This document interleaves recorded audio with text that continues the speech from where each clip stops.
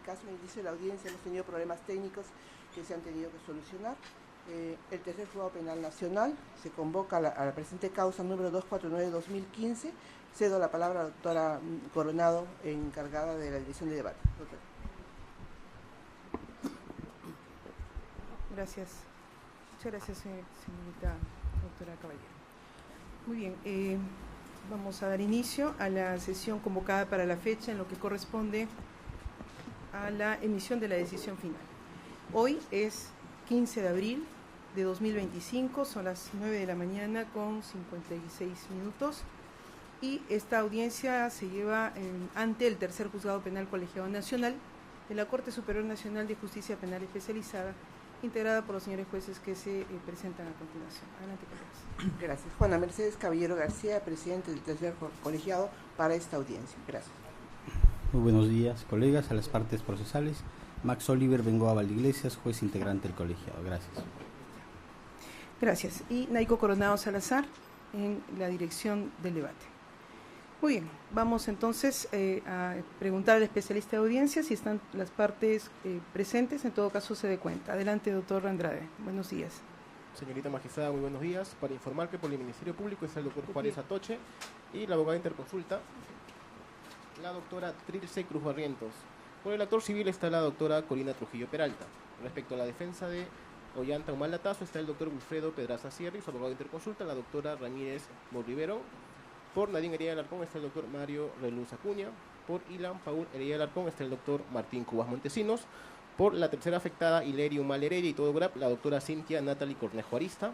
Por Antonio Alarcón Cubas, Carlos Gabriel Arenas Gómez Sánchez, Mario Torres Aliaga, y el Partido Nacionalista está el doctor David León Flores y su abogado interconsulta, el doctor Wilfredo Concha.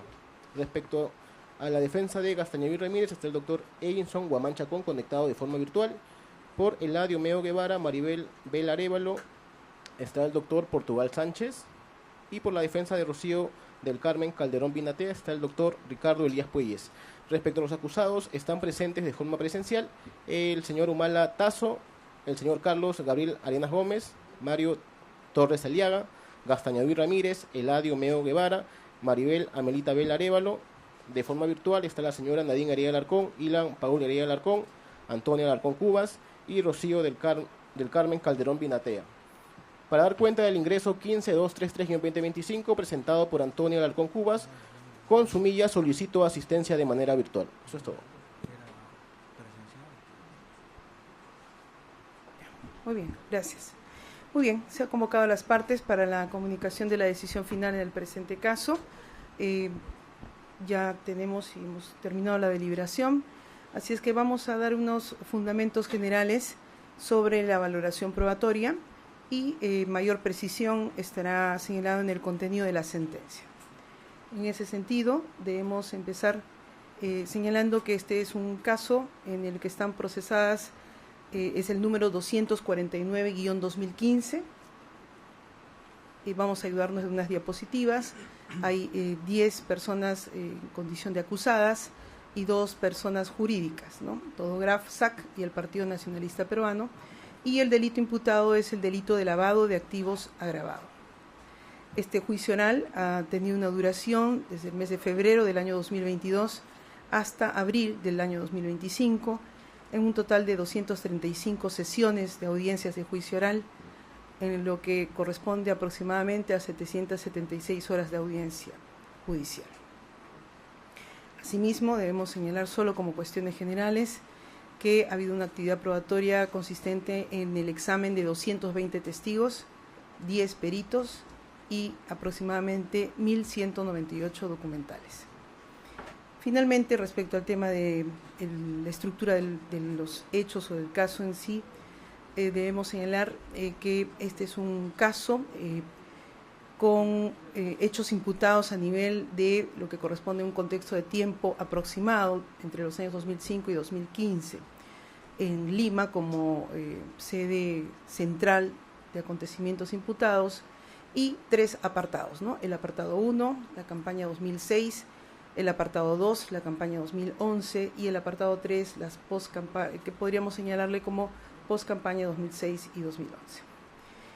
A través de la actividad probatoria como hemos señalado, hay un sinnúmero de datos o informaciones que han ingresado a la valoración probatoria, y lo que resaltamos en primer orden, porque es lo que más nos llama la atención luego de la deliberación, es el análisis de los testigos que han venido.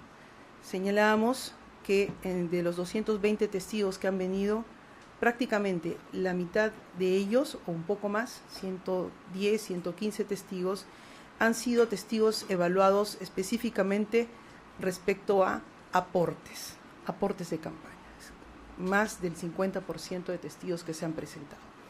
¿Y qué es lo que nos ha llamado la atención y que es un aspecto importantísimo para la valoración probatoria? Es el resultado de las declaraciones de estos testigos. Han desfilado, por señalarlo de esta forma, se han presentado uno a uno, presentados en muchos casos, en su mayoría por el Ministerio Público, pero también por las defensas. Y hemos logrado conglobar respecto de la campaña 2006 un total de 57 testigos que han venido a juicio, y los que han señalado de manera enfática no haber realizado el aporte atribuido a través de los registros de la OMPE. Podemos ver en la diapositiva personas como Walter Alberto Danjoy Arias, si contribuyó o aportó 19.872 soles, dijo no. Hernán Bonifacio Campo, 33.120 soles. Félix Jiménez Jaime, 6.624 soles. Por ir a otros montos, Carlos José Fujikawa García, 133.240 soles. En todos los casos, estos señalados, hemos escogido, en este caso, para el análisis, los que puramente han dicho no he dado ningún aporte. Más adelante vienen aquellos que han venido y han dicho sí he dado, pero no lo que está consignado como en el registro de OMPE, sino en otra cantidad. Pero nos llama la atención que casi el 25% de los testigos que han venido a juicio han aseverado de manera contundente, pese al gran esfuerzo de las defensas técnicas por contrainterrogarlos, incluso haciéndoles evidenciar aparentes contradicciones, porque definitivamente varias de estas personas a nivel de declaraciones previas señalaron que sí aportaron, pero a nivel del juicio, a través de los interrogatorios, en muchos de esos casos han señalado venir a juicio y decir la verdad, y dar diversas razones. Muchas de estas personas han señalado no tener ningún vínculo, varias, con propiamente el partido político en ese entonces, Unión por el Perú, que se fusionó con lo que es el Partido Nacionalista, ¿no? No tener vínculo absoluto. Otros, a través de familiares, probablemente hayan señalado sus nombres, otros a través de amistades. Pero lo que es objetivo es que estas 57 personas han señalado que no. Y hacen un total, de acuerdo a la operación básica aritmética, de 1.574.057.10 soles de dineros que han señalado en juicio a través de la prueba testimonial, que no han aportado de manera absoluta a lo que correspondería a los aportes de la campaña del año 2006. En un segundo grupo consignamos los que han venido y han dicho sí he dado. ¿Ha dado usted 33.120 soles? No, di $400. Otro, ¿usted ha dado 66.240 soles, como el caso de Roger Fidel Mesa Poma? No, yo di 1.000 soles, ¿no? Y ahí vemos en las diapositivas, por ejemplo, la señora Carmen Katiuska Velarde Humala, 6.560 soles, dijo no, que dio $500. Es decir, no solamente respecto a lo que han dado en sí, sino nos ha bastado sus dichos, tanto como han negado, tanto como han dicho, yo he dado a través de tarjetas, yo he dado a través de algún acto proselitista, como unas cenas, todo se ha consignado. Y ese es el reflejo, de manera objetiva. No se ha dejado de lado nada, tanto lo que han señalado como no, como que sí en parte. Y este resultado nos da, por ejemplo, solo a manera referencial, 289.414 soles atribuidos, de los cuales se han reconocido 14.000 soles y 53.050 dólares. En ese sentido, llama nuestra atención a través del tema de la valoración probatoria este panorama. Y si esto lo apreciamos así respecto a lo que serían aportes de campaña para el año 2006, el panorama se agrava en cuanto a monto respecto a la campaña del 2011. Y empezamos de esta manera porque es lo que más llama la atención, y es que el otro 25% del total de los testigos que han venido a juicio, apreciamos a través de la campaña 2011 con el Partido Nacionalista Peruano, ya propiamente dicho con su nombre, un total de 55 personas que han venido a juicio y han referido no haber aportado el monto atribuido a través de la OMPE, es decir, lo informado por el Partido Nacionalista Peruano a las autoridades como el OMPE de cuál es el fundamento de sus ingresos, parte de ellos, porque obviamente hay una serie de ítems como temas de publicidad y otros más que no hemos ingresado a hacer una cuantificación, porque tampoco el sentido es hacer una suerte de pericia judicial, ¿no?, propio de los jueces, pero nos ha llamado la atención poderosamente esto. Y en este caso, decíamos, es un tanto diferente porque las cuantías son mayúsculas. Ya no estamos hablando de 6.000, 5.000. Estamos hablando, por ejemplo, Eduardo Bruno Gaudri Montoya. ¿Usted ha aportado 213.290 soles? No. Yuri Cristian Quintana Robles, 202.210 soles, no. Víctor Armando Guaranca Medina, 129.000 soles, no. Y así podemos ir leyendo conforme la diapositiva presentada. Hay montos de 138.500 soles, por ejemplo, Yerxi Gutiérrez Condori o César Augusto Juscamaita Gavilán, 138.500 soles, no. Juan Miguel Ortiz Novoa, 207.750 soles, quien también ha señalado no, entre otros montos, como 138.500 soles de Berta Vigilio Blitas de Collantes, o de Luis Iván Salas Rodríguez, o de Enrique Montenegro Guimaraes, por mencionar los más altos montos, ¿no?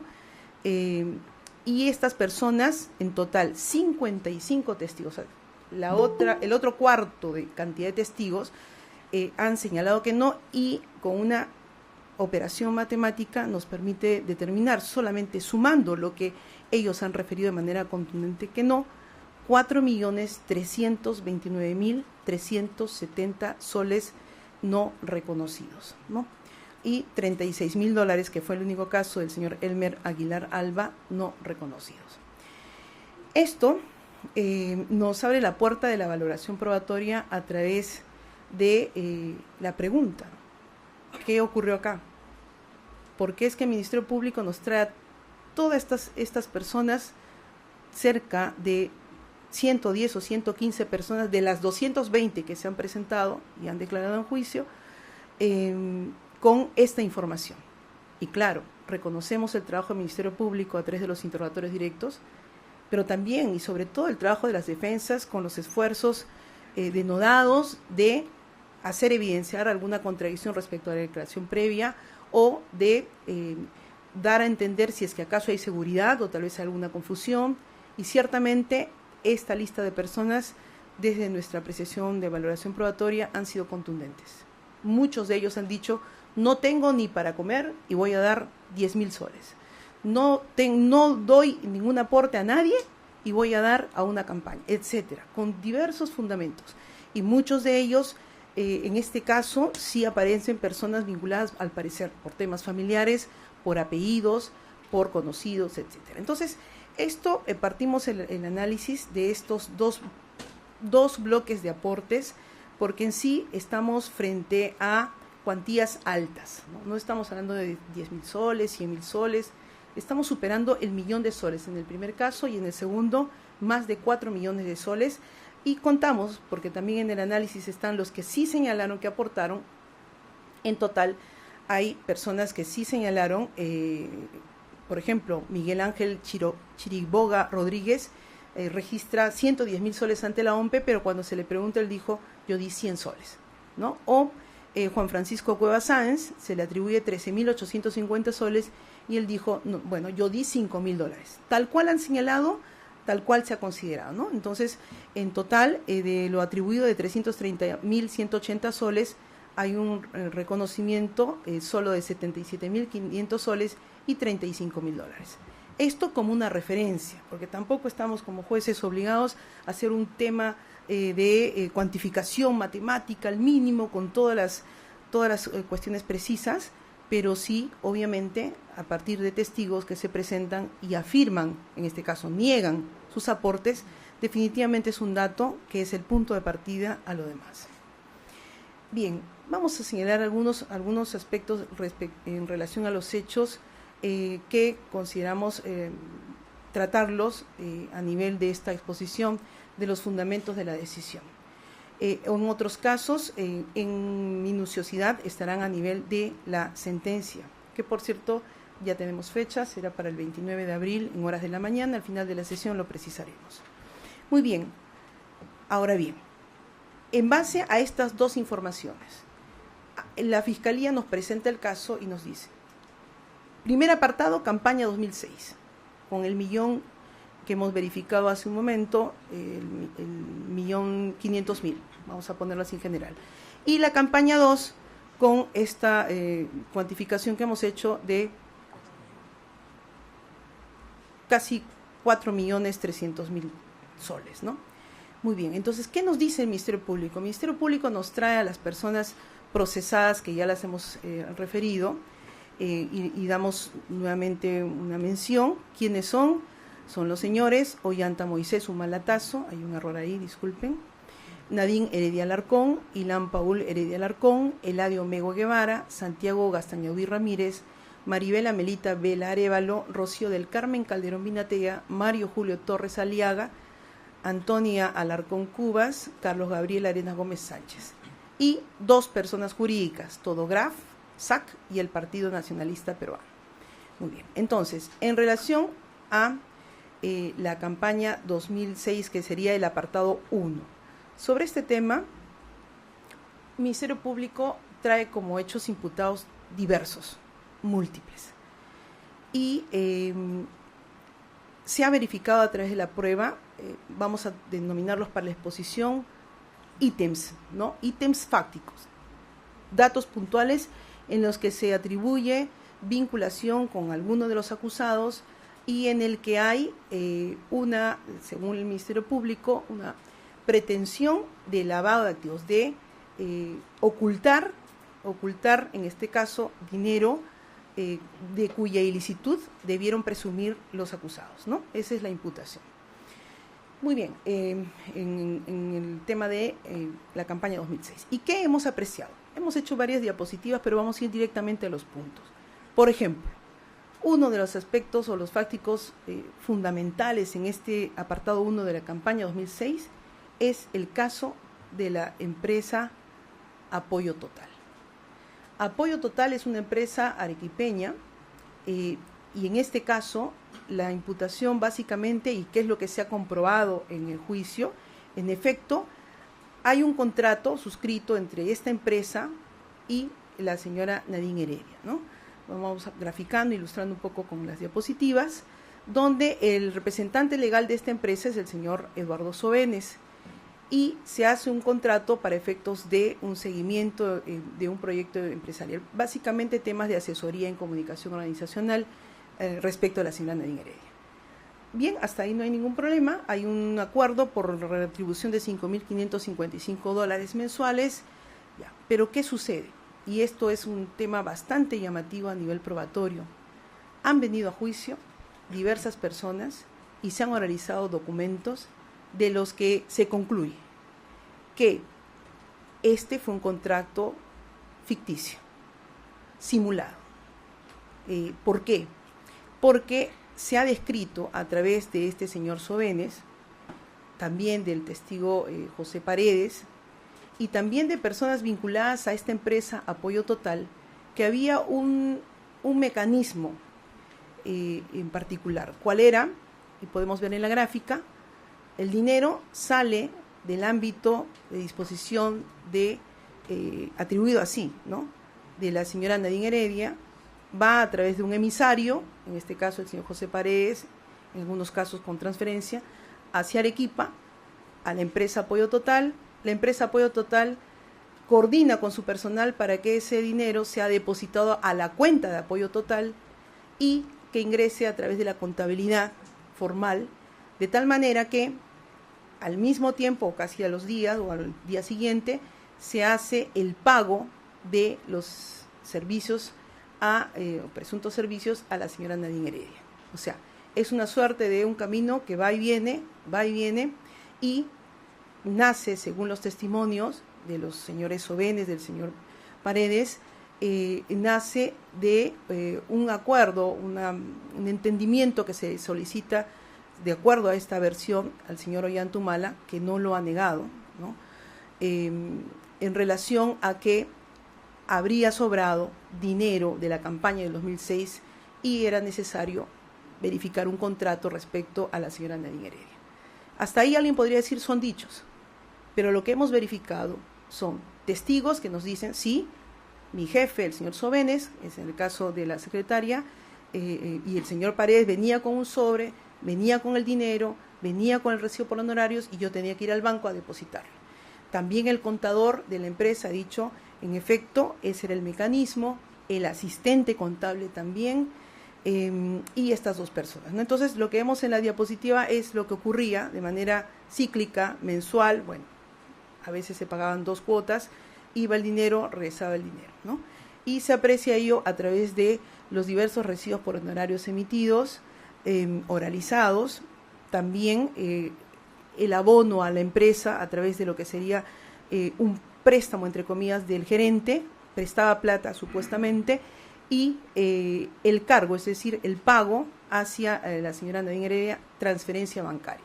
Entonces, esto está bancarizado, se tiene esa información, y como vemos, por ejemplo, en esta diapositiva, prácticamente el abono era el 11 de julio de 2008, el primer abono, y se depositaba el pago el 11 de julio, ese mismo día. En otro caso, el segundo, el 31 de julio de 2008, $5.500, y el 1 de agosto, al día siguiente, $4.900 a la cuenta de la señora Nadine Heredia. Entonces, esto ha ocurrido en 11 ocasiones y han dado un total de $55.000 pagados de esta forma, ¿no? Entonces, esto nos evidencia, y acá vemos las diapositivas de los extractos donde, por ejemplo, no había el pago que ocurrió en septiembre, en diciembre, en febrero, no hubo esas remisiones de dinero, no hubo esos meses pago, y lo que se aprecia en estas diapositivas son los movimientos de saldo de la empresa Apoyo Total, donde en efecto en el mes de abril de 2009 no había, en el mes de mayo de 2009 no había, lo que consolida más que en efecto la dinámica. Llegaba el dinero, se depositaba el sueldo, llegaba el dinero, se depositaba el sueldo. Claro, hemos visto también la oralización de informes respecto a la señora Nadine Heredia, pero los informes quedan aminorados más allá de su contenido, que es un tema interpretable, frente a los testimonios de estas personas. Si nos referimos a Eduardo Sobenes Vizcarra, a José Guillermo Paredes Rodríguez, que es el socio del primero, ¿no? Y por ejemplo Sobenes dice, ¿no?, el intermediario con Ollantumala y Heredia Alarcón fue Paredes Rodríguez. Él trajo el contrato redactado y recibo por honorarios por un pago de $5.500. Ahí está el contador Juan José Enríquez Guerra, quien indicó que la empresa le dijo al jefe, la empresa no está en condiciones de hacer estos pagos, pero que se le indicó que eran pagos o fondos de un tercero. Renato Carrena Supanta, practicante auxiliar contable, que también indicó que se trata de un contrato simulado. La secretaria Erika Delgado Mesa, Gina Soto Rivera, es la secretaria, la encargada de caja, la anterior, etcétera. O sea, hay medios probatorios que sustentan esta dinámica y que nos da definitivamente a nivel de la valoración que hay una pretensión, ¿no?, de que vaya un dinero de uno y que vuelva a través del sistema financiero, es evidentemente ante una pretensión de dar legitimidad a un dinero que no lo tenía, ¿no? Así también vamos a ser más rápidos en temas del contrato Palma Aceitera, y en la sentencia lo vamos a verificar. Básicamente este es un contrato también en una línea particular, puesto que es con el señor Arturo Belaúnde Guzmán, quien vive en Malasia, y la señora Nadine Heredia acá en Perú. Y la particularidad, ya en concreto, es que en este contrato el señor Belaúnde Guzmán reconoce que hizo el acuerdo, pero que solo le abonó 4 pagos, ¿no? Y no como sustenta la señora Nadine Heredia, la integridad de 12 pagos, ¿no? No se sustenta con los recibos por honorarios 51.840 $40, ¿no? Lo anterior, en apoyo total, eran $55.000 sustentados en recibos, pero está probado que no existió, fue un contrato ficticio. En este caso, de los $51.840, solo se abonaron parte de ellos, los 4 primeros abonos, conforme a la perito contable oficial, la señora Vizcarra, que fue detectado a nivel de la SUNAT estos pagos. Más no los demás. No obstante ello, igual se giraron los recibos y esto es el fundamento, por ejemplo, de esta operación que se evidencia en esta situación que no se completó, y segundo, que como lo dijo el mismo contratante en juicio, claro, porque también se evidenciaron o se presentaron declaraciones previas donde él en un momento decía sí, a conformidad, incluso había un documento, pero en juicio dijo no, la verdad, no hubo los servicios, se cortó en el 4º pago y no más, ¿no? También se tiene el caso, ahí están los recibos por honorarios sin pago de impuestos. También se tiene el caso de Daily Journal, operadora canal de noticias. En este caso son 2 empresas correspondientes a un señor que se llama López, que es un señor peruano-venezolano, y la particularidad es que con él se suscriben 2 contratos, uno con la empresa Daily Journal y otro con la empresa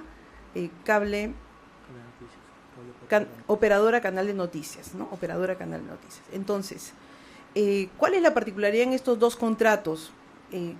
Uno, que no tiene fecha cierta. 2, que contienen también pagos de cerca de, y haciendo un resumen, $4.000 cada uno. Al margen de las cláusulas y los recibos que emite la señora Nadine Heredia, siempre en apoyándola su hermano Ilan Heredia Alarcón, la particularidad es que a nivel de la prueba se ha cuestionado por parte del perito que, por ejemplo, no se pagaron impuestos, aunque hay una sustentación de la defensa que se trata de ingresos o dinero que venía del extranjero y hay una situación especial. Pero más allá de ello, que puede ser discutible o debatible, se da por lo siguiente. Y es que la perito de la UIF, Marleni Gregoria Moreno Oscanoa, logra detectar, porque hasta con los testigos se detectó, varios testigos que afirmaron ante este colegiado que el señor Ilan Heredia les enviaba al banco a hacer depósitos de $3.000, $4.000, vamos a ver más adelante la lista, y que el concepto era remuneraciones de la señora Nadine Heredia, ¿no? La perito Marleni Moreno Oscanoa lo que evidencia es que estos depósitos que iban estas personas iban por remuneraciones de Daily Journal y de operadora canal de noticias, ¿no? Por ejemplo, en la diapositiva, el 17 de octubre de 2007, el señor Lino Bejarano Miranda, que trabajó con el señor Ilan Heredia, lleva un pago, un depósito proveniente de Daily Journal. En un recibo 125, cuando el 18 de octubre, al día siguiente, el recibo era 122.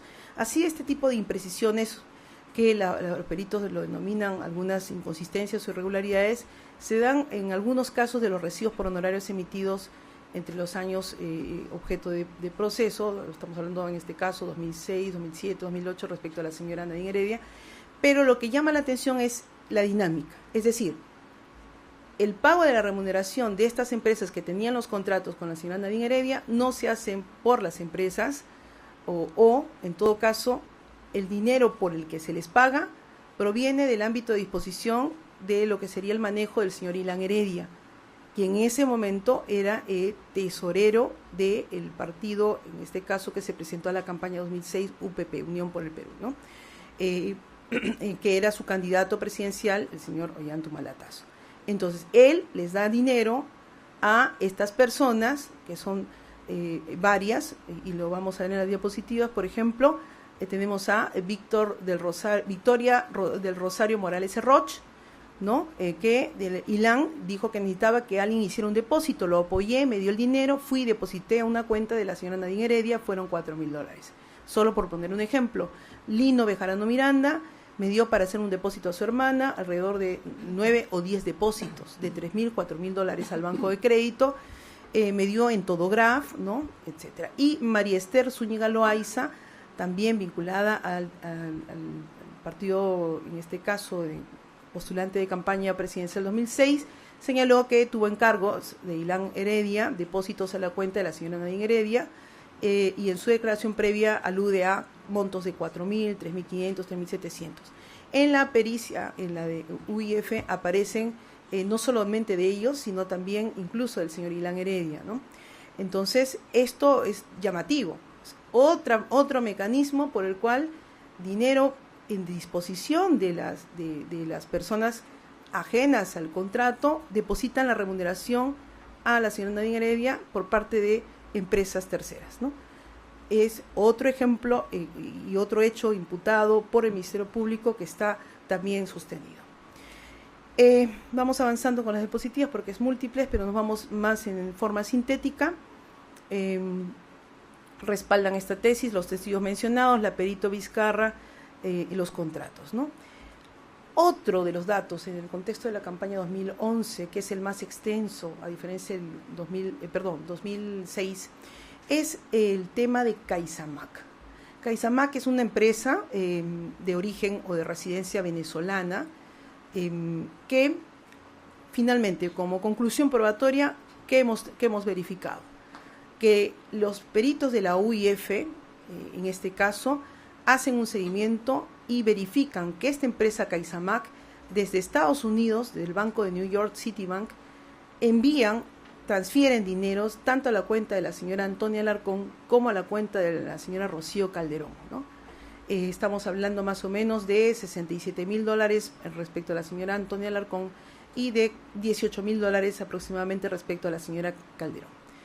Muy bien, hasta ahí me diría, bueno, ¿y qué de interés o relevancia tendría esto? Lo relevante es que la UIF hace la trazabilidad, el seguimiento y detecta que estos dineros que llegan en partes, y lo vemos a continuación en estas fechas que estamos apreciando, en el caso de la señora Alarcón y de la señora Rocío Calderón, no se quedan en las cuentas, sino que son retiradas y son depositadas a la cuenta del BCP de Terminal 88 de la señora Nadine Heredia Alarcón. Nuevamente en escena una operación acreditada y probada de manera contundente respecto a esta trazabilidad del dinero. Por supuesto no fue objeto de desacreditación la perito de UIF, que se extendió en un análisis de diversos temas, pero esto, por ejemplo, también parte de la imputación del Ministerio Público está aprobado, ¿no? Y esto que nos evidencia que una empresa de raíces o de domicilio venezolano desde Estados Unidos remite dinero se señala, y hay algunas menciones de los acusados, hay aportes, hay interés de aportar a la campaña, en ese momento hubo el interés, pero ciertamente lo que llama la atención es la forma, ¿no? La forma como estos dineros ingresan y llegan a la cuenta de la señora Nadine Heredia, de quien por cierto se dice que eran para el partido, ¿no? Pero nuevamente una operación en particular detectada a través de el informe o los estudios técnicos de la UIF. Muy bien. Vemos acá, por ejemplo, las diversas remisiones de dinero de esta empresa Inversiones Caizamac en el tiempo. En junio, $3.980, $2.762, ¿no? En todo lo que estamos verificando en estos cuadros, $3.962, julio 2005, ¿no? $3.961, julio 2005, ¿no? Y la lista continúa hasta llegar a los $67.000. De la misma manera respecto de la cuenta de la señora Calderón Pinatea. Muy bien, entonces Otra particularidad y otro tema también sustentado por el Ministerio Público es que esta empresa de inversiones CaixaMac tendría un tema jurídico, un tema de un proceso de cobro vía ejecutiva, es decir, por no pagar una deuda. Tuvo un proceso a nivel de la justicia de Venezuela y se nos presentó en efecto esta referencia y el mensaje fue, ¿no?, a nivel probatorio, cómo es que esta empresa en el contexto, la sentencia fue del año 2006, o la referencia, en un contexto temporal,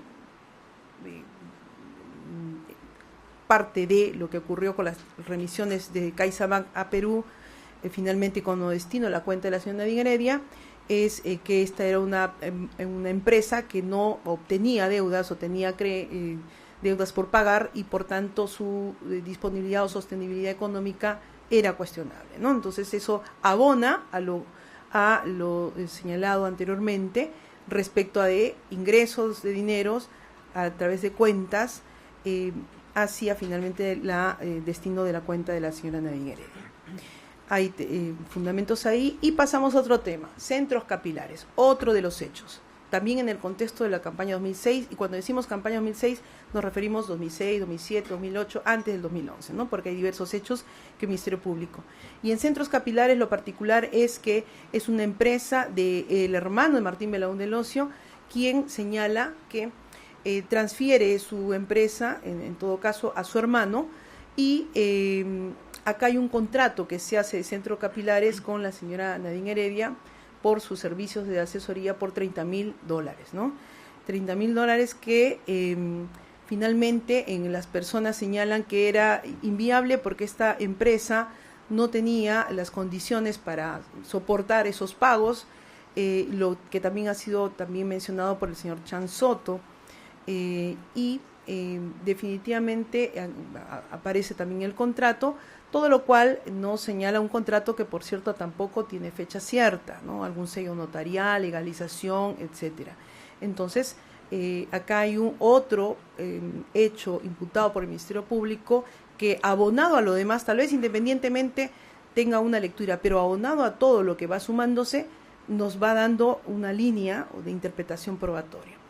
Otro de los casos sobre estos hechos imputados por el Ministerio Público, un momento por favor. En este caso de esta empresa Centros Capilares, solo aparece un recibo por honorarios de $10,500, ¿no? Muy bien. Otro de los casos es la empresa Dronaver. Dronaver es una empresa cuyo dueño, la esposa del dueño, es amiga de adolescencia de la señora Nadine Heredia. Hay un contrato con ella respecto a una asesoría también, y lo llamativo de este contrato es que han venido peritos a juicio y nos han señalado que esta empresa tenía como utilidad en el año 2.500 soles. No obstante eso, hicieron un contrato con la señora Nadine Heredia, y acá la imputación del Ministerio Público de que este contrato no tendría un sustento, ¿no?, real, porque el pago era de 2.000 soles mensuales, 1.000 en quincena y 1.000 a final de mes, durante 12 meses, ¿no? Y se cuestiona precisamente en la interpretación de la valoración probatoria que una empresa que tenga una utilidad de 2.500 soles al año en el contexto del tiempo 2008 que fue suscrito pueda tener la solvencia como para abonar un trabajo en el cual no habían informes escritos, solamente era todo verbal. Y la señora Nadine Heredia, de acuerdo a la testigo referida a la señora Roma, no dio ninguna charla a los trabajadores, que eran pocos, todo el trato era con ella, entre otros aspectos. Entonces, básicamente, nuevamente, un hecho más que abona a los demás, siempre en la línea de dinero ingresado a través de formalización de un contrato o de temas financieros. Y vemos en los recibos girados, ¿no?, que hay también unas pequeñas inconsistencias en los tiempos y los números, y los dichos al respecto de la señora Roma Lourdes Ruiz Martínez, ¿no? La conoce desde la adolescencia, etcétera.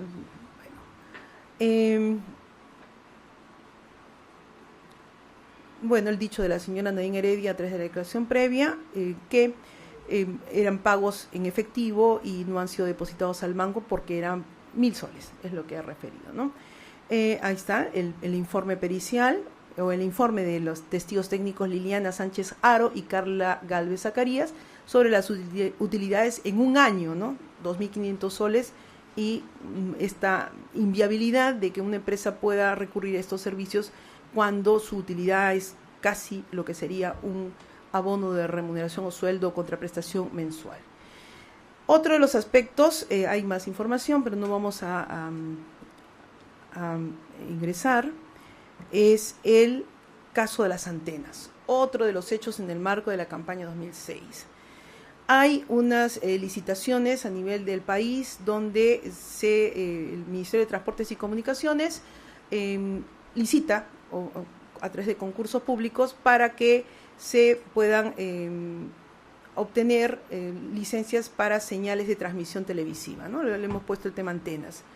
En este caso, el señor Martín Belaúnde alude que era interés de la señora Nadine Heredia, el señor Ollantumala, poder acceder a ese tipo de señales televisivas, y hay una suerte de coordinación con personas que puedan acceder. Finalmente, en este tema se logra postular a Chiclayo y Caipún.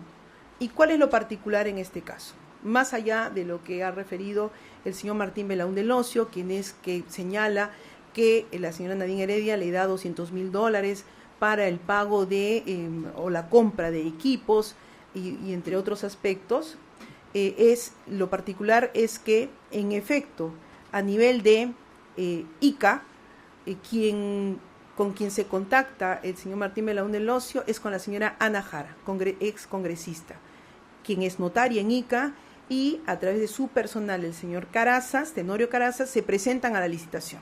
O sea, todo lo que dice el señor Belaúnde Locio respecto a este tema tiene su concordancia, porque en efecto hay una presentación, hay el proceso de licitación, presenta la postulación en ICA, el trabajador de la señora Ana Jara vinculada al Partido Nacionalista, y finalmente no ganan. Pero lo peculiar es respecto a Puno. ¿Qué pasó?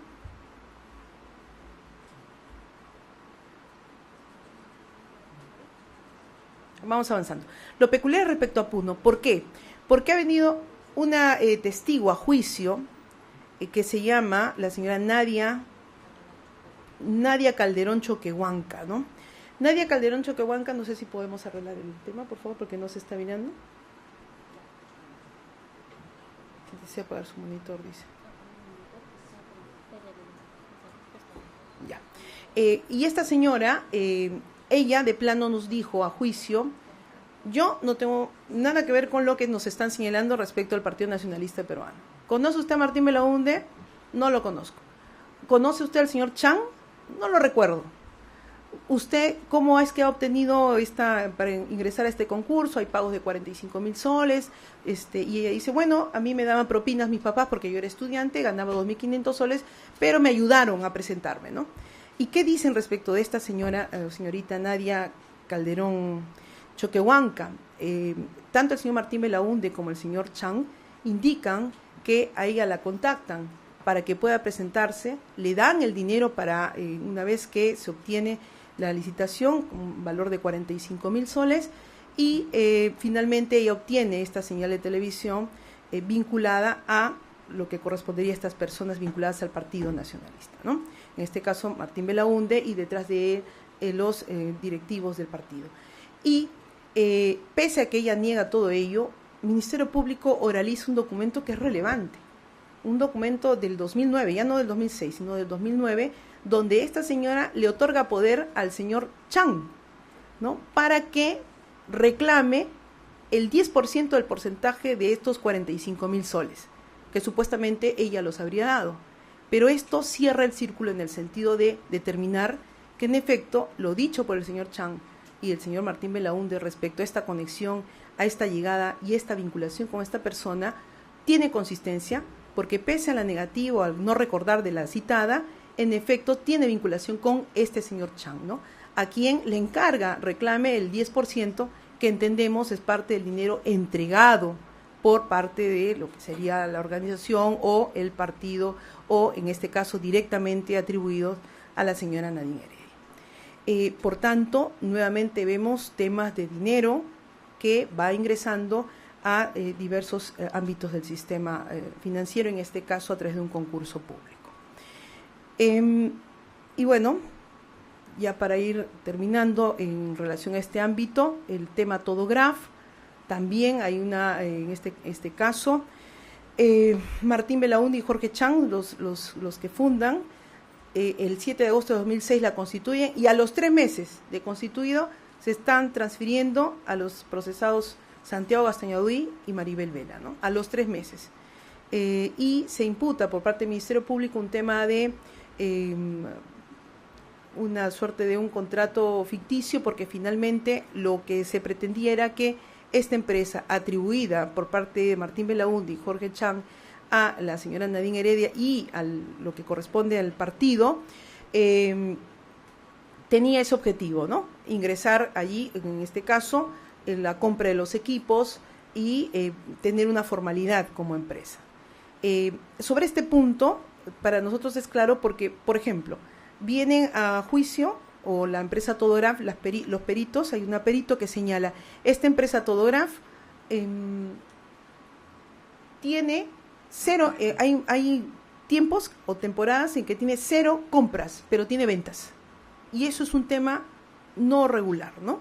Entonces tendría que haber compras y ventas, pero no, hay periodos en que tiene 0 compras, no se compró nada, pero tiene ventas. Y otro elemento probatorio, porque nos basamos en el objetivo, ¿no? Y es que hay un documento señalado por una empresa, la empresa Golf, nos parece, donde le preguntan, porque se le señala que esta empresa Todograf le da servicios a esta empresa Golf, y la empresa Golf responde y dice, no, pero estos no ha prestado los servicios, no, ninguno, y no reconoce los servicios prestados, ¿no? A través de un documento remitido por, acá está, cheques de gerencia para Todograf. Estos cheques en su emisión, ordenante Corporación El Golf, y el escrito presentado por el contador de Corporación El Golf, donde señalan que se han revisado sus sistemas y no se ha hallado información alguna respecto a que esa empresa haya sido Todograf proveedora de la Corporación El Golf. Entonces, nuevamente, este dato o este hecho, que además, y por cierto, ahí entra una de las libretas tornasolada atribuidas a la señora Nadine Heredia, en el que aparece una mención ILAN 6/03/10 Todograf menos 6,000, ¿no? Entonces, una referencia, no podemos darle una lectura mayor, pero hay una referencia que nuevamente nos ubica en el tema de la consistencia, más allá de algunas pequeñas imprecisiones que pueden haber en los dichos o en el dicho del señor Belaúnde Locio. Lo cierto es que en estos hechos que estamos verificando hay corroboración con documentos, con testimonios, y en este caso hacemos un paréntesis en relación a la libreta tornasolada, que conjuntamente con otras 3 libretas o agendas, denominadas así las agendas, que han planteado en su momento como prueba prohibida a nivel del juzgamiento de este juicio, y que hemos señalado que el pronunciamiento será en sentencia, pues indicamos que sobre este tema se ha planteado que han sido objeto de una sustracción o robo de las mismas, y por tanto sería prueba prohibida. Sobre este tópico no hay la sustentación en relación a un efectivo robo, hurto de las mismas, tanto más si hay un procedimiento fiscal que ha sido archivado, y en relación a haberse afectado el derecho a la intimidad en cuanto a los documentos privados. Esto también, esta temática bastante interesante, baja sus niveles de derecho de intimidad o guarnición en temas de intimidad de la persona, cuando se verifica a nivel de la prueba que estas agendas no han sido de uso exclusivo de una persona, sino que ha habido accesibilidad en su contenido, incluso a nivel de escritura, de más de una persona, ¿no? Y si a ello le agregamos que la testigo Cintia Montes o la testigo Lady Jiménez afirmaron haber escrito también en las agendas conjuntamente con la señora Nadine Heredia o la señora Verónica Mendoza, entre otras personas, entonces se abre, ¿no? Se abre la posibilidad o se abre esta situación de exclusividad del derecho a la intimidad, como ocurriría en el caso de un diario, ¿no?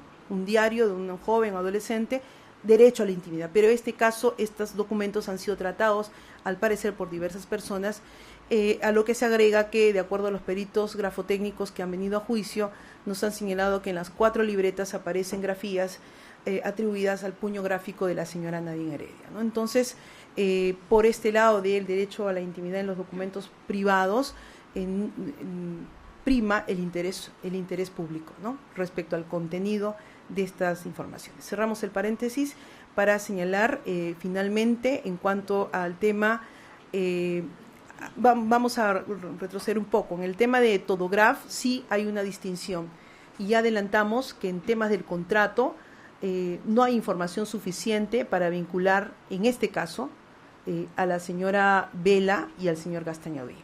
Ya adelantamos que nuestra decisión en este caso va a ser de absolución, en el sentido de que aparecen firmando, sí, sosteniendo una transferencia, pero no hay nada más detrás, como lo que hemos detectado en los demás casos. No hay nada más que nos diga que en efecto había un tema de coordinaciones a nivel de un objetivo, ¿no?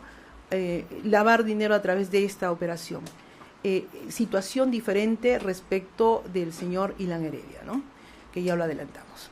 Muy bien, entonces, en relación al señor Gastañaví y la señora Vela, la decisión en este caso va a ser una decisión absolutoria. Bien, avanzamos. Tenemos otros temas. El caso del contrato del señor Mego es otro de los hechos de la campaña 2006. Y en concreto, ¿qué se ha verificado?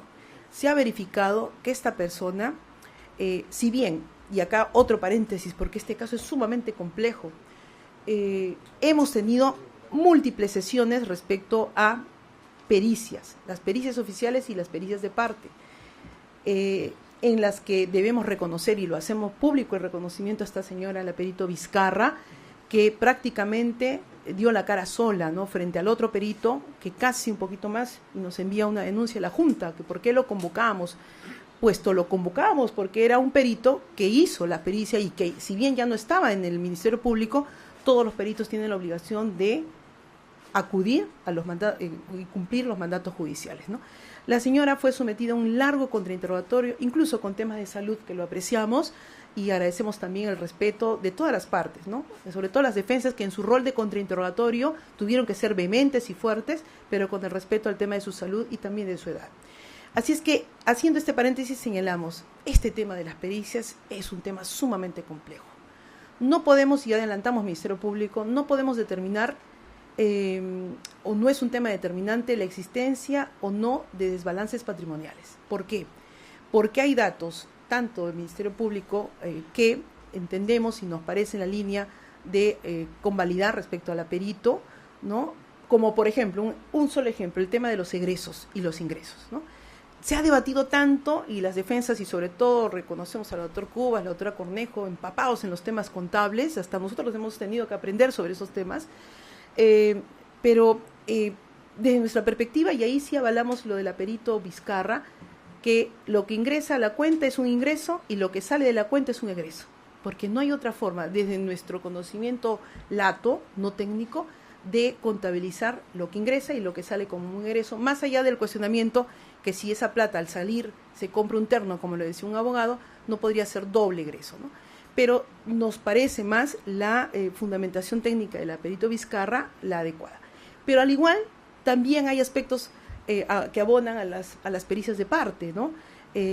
Por ejemplo, el tema de los tipos de cambio diario, que eso es una realidad, ¿no? Esto de los promedios es un tema debatible, entre otros aspectos de las pericias de parte o los contrainterrogatorios a las pericias de oficio, oficiales respecto a la señora Vizcarra, de tal manera que, si a eso le abonamos que la perito Vizcarra, de manera muy transparente y sin temor, ha dicho múltiples correcciones, números, se ha equivocado incluso era 2006 el año y lo puso como 2006 de cuantía, cosas así que es entendible con tanta complejidad de los 10 prácticamente informes periciales por cada acusado. Entonces la conclusión nuestra es que no es un tema determinante. No podemos determinar porque la perito de oficial dice hay desbalance en casi todos. Claro, algunos poquito, otros más, pero en las pericias de parte todos opinan que no hay desbalance en ninguno. Entonces, ¿en base a qué? A información, porque mientras en las pericias oficiales hay muchos ingresos desconocidos en algunos acusados, en las pericias de parte esos ingresos desconocidos disminuyen porque los identifican. Entonces, es un tema que a nivel de nuestro trabajo judicial no estamos para reconstruir las pericias, estamos para verificar y vemos en ambos lados situaciones objetivas, atendibles, que nos deja en conclusión que no podemos determinar como un tema vinculante de pronunciamiento, desbalance o no, pero sí como un aspecto referencial porque de manera transversal ingresan al análisis de todos estos hechos. Muy bien, cerramos el paréntesis y respecto al señor Eladio Mego. Respecto al señor Eladio Mego, hay una situación particular y acá, por ejemplo, si bien él alude que es un empresario, que en efecto él entregó un préstamo, contrato de mutuo a la señora Nadine Heredia por $20,000 y que tiene solvencia por ser un empresario. Sin embargo, ¿qué ha pasado en la prueba? Y en la prueba lo que ha ocurrido es que se ha verificado que algunos temas puntuales. Uno de ellos es que el señor Mego se acerca el día anterior al préstamo a la casa de los padres de la señora Nadine Heredia, donde se le pide el préstamo por los $20,000, ¿no? Y la perito Oscanoa de la UIF lo resalta, ¿no? Y ¿qué ocurre? Ese día el señor Mego va al banco y deposita su cuenta de ahorro los $20,000 que al día siguiente iba a transferir a la señora Nadine Heredia.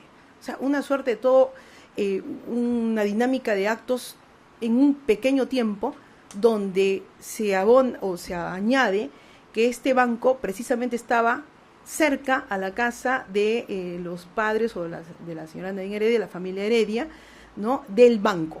Dice la perito Oscanoa, 9 minutos caminando, ¿no? Entonces,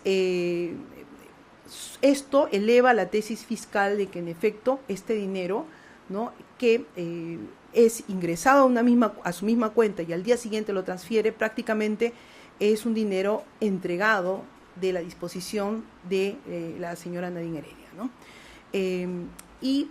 ¿Qué más se tiene al respecto? Y es que este dinero, por ejemplo, la devolución en un tema posterior, no hay una constancia de que en efecto había una devolución por el mismo medio, etcétera. O sea, toda la actividad probatoria y los dichos del señor Mego no son suficientes, sino que más bien nos dan a entender en la línea de todo lo demás esta pretensión o afán de ingresar dinero de presunción ilícita en los mecanismos financieros regulares, como es ingresar al banco, presto, acá está el del banco Mi Plata, y hay un informe pericial que nos señala que esa cuenta del señor Mego tenía montos mínimos, no había ni siquiera movimiento en esa cuenta. Por acá vamos a ubicar los depósitos, eran mínimos, y de pronto aparece este ingreso de $20,000 y consecuente transferencia al día siguiente a la señora Nadine Heredia, ¿no? Entonces, desde nuestra perspectiva probatoria, en efecto, también hay esta sustentación probatoria por parte del Ministerio Público. Y ya para ir cerrando, en el tema de el inmueble relacionado a la señora Calderón Binatea, sobre este aspecto hay algunas precisiones en las agendas. Sin embargo, la judicatura en este caso considera no la información suficiente como para sostener una sanción condenatoria o una culpabilidad respecto a la misma. Vamos al apartado campaña 2011. Y ya para ir cerrando, también en el tema del 2006, sí, en relación a el aporte de la señora Rocío Calderón con la señora Alarcón a la señora Nadine Heredia en el hecho de complicidad atribuido, al igual que el señor Mego en relación a la señora Nadine Heredia, y en relación a los señores Ilan Heredia, Nadine Heredia y Ollanta Humala Tazo, la judicatura considera que hay una coordinación, hay una presencia importante de estas personas. Por un lado, la señora Nadine Heredia, con todos estos actos relativos a contratos, transferencias, movimientos, con un objetivo que es otorgar legitimidad a dineros que se tienen o con los que se cuentan y que se ha verificado a través de los aportes de campaña del año 2006, que lo hemos visto en cerca de 1,5 millones, que son aportes falsos, inexistentes, y que vinculan a la señora Nadine Heredia al hermano a través de los recibos por honorarios, a través de, por ejemplo, en apoyo total, en una participación activa, a través del envío a las diversas personas a depositar a las cuentas de la señora Nadine Heredia por remuneración, entre otros aspectos que también lo vinculan, y al igual que el señor Ollantuma Lazo, en tanto que es él quien personifica la campaña 2011 campaña 2006, hacia lo que correspondía a el acceso a la presidencia de la República, ¿no? Todos estos aportes lideraba el partido, en este caso UPP, así denominado, y por tanto se considera que hay toda una dinámica con un objetivo, ¿no? Dar legitimidad a dinero proveniente de una situación de ilicitud. Ahora bien, acá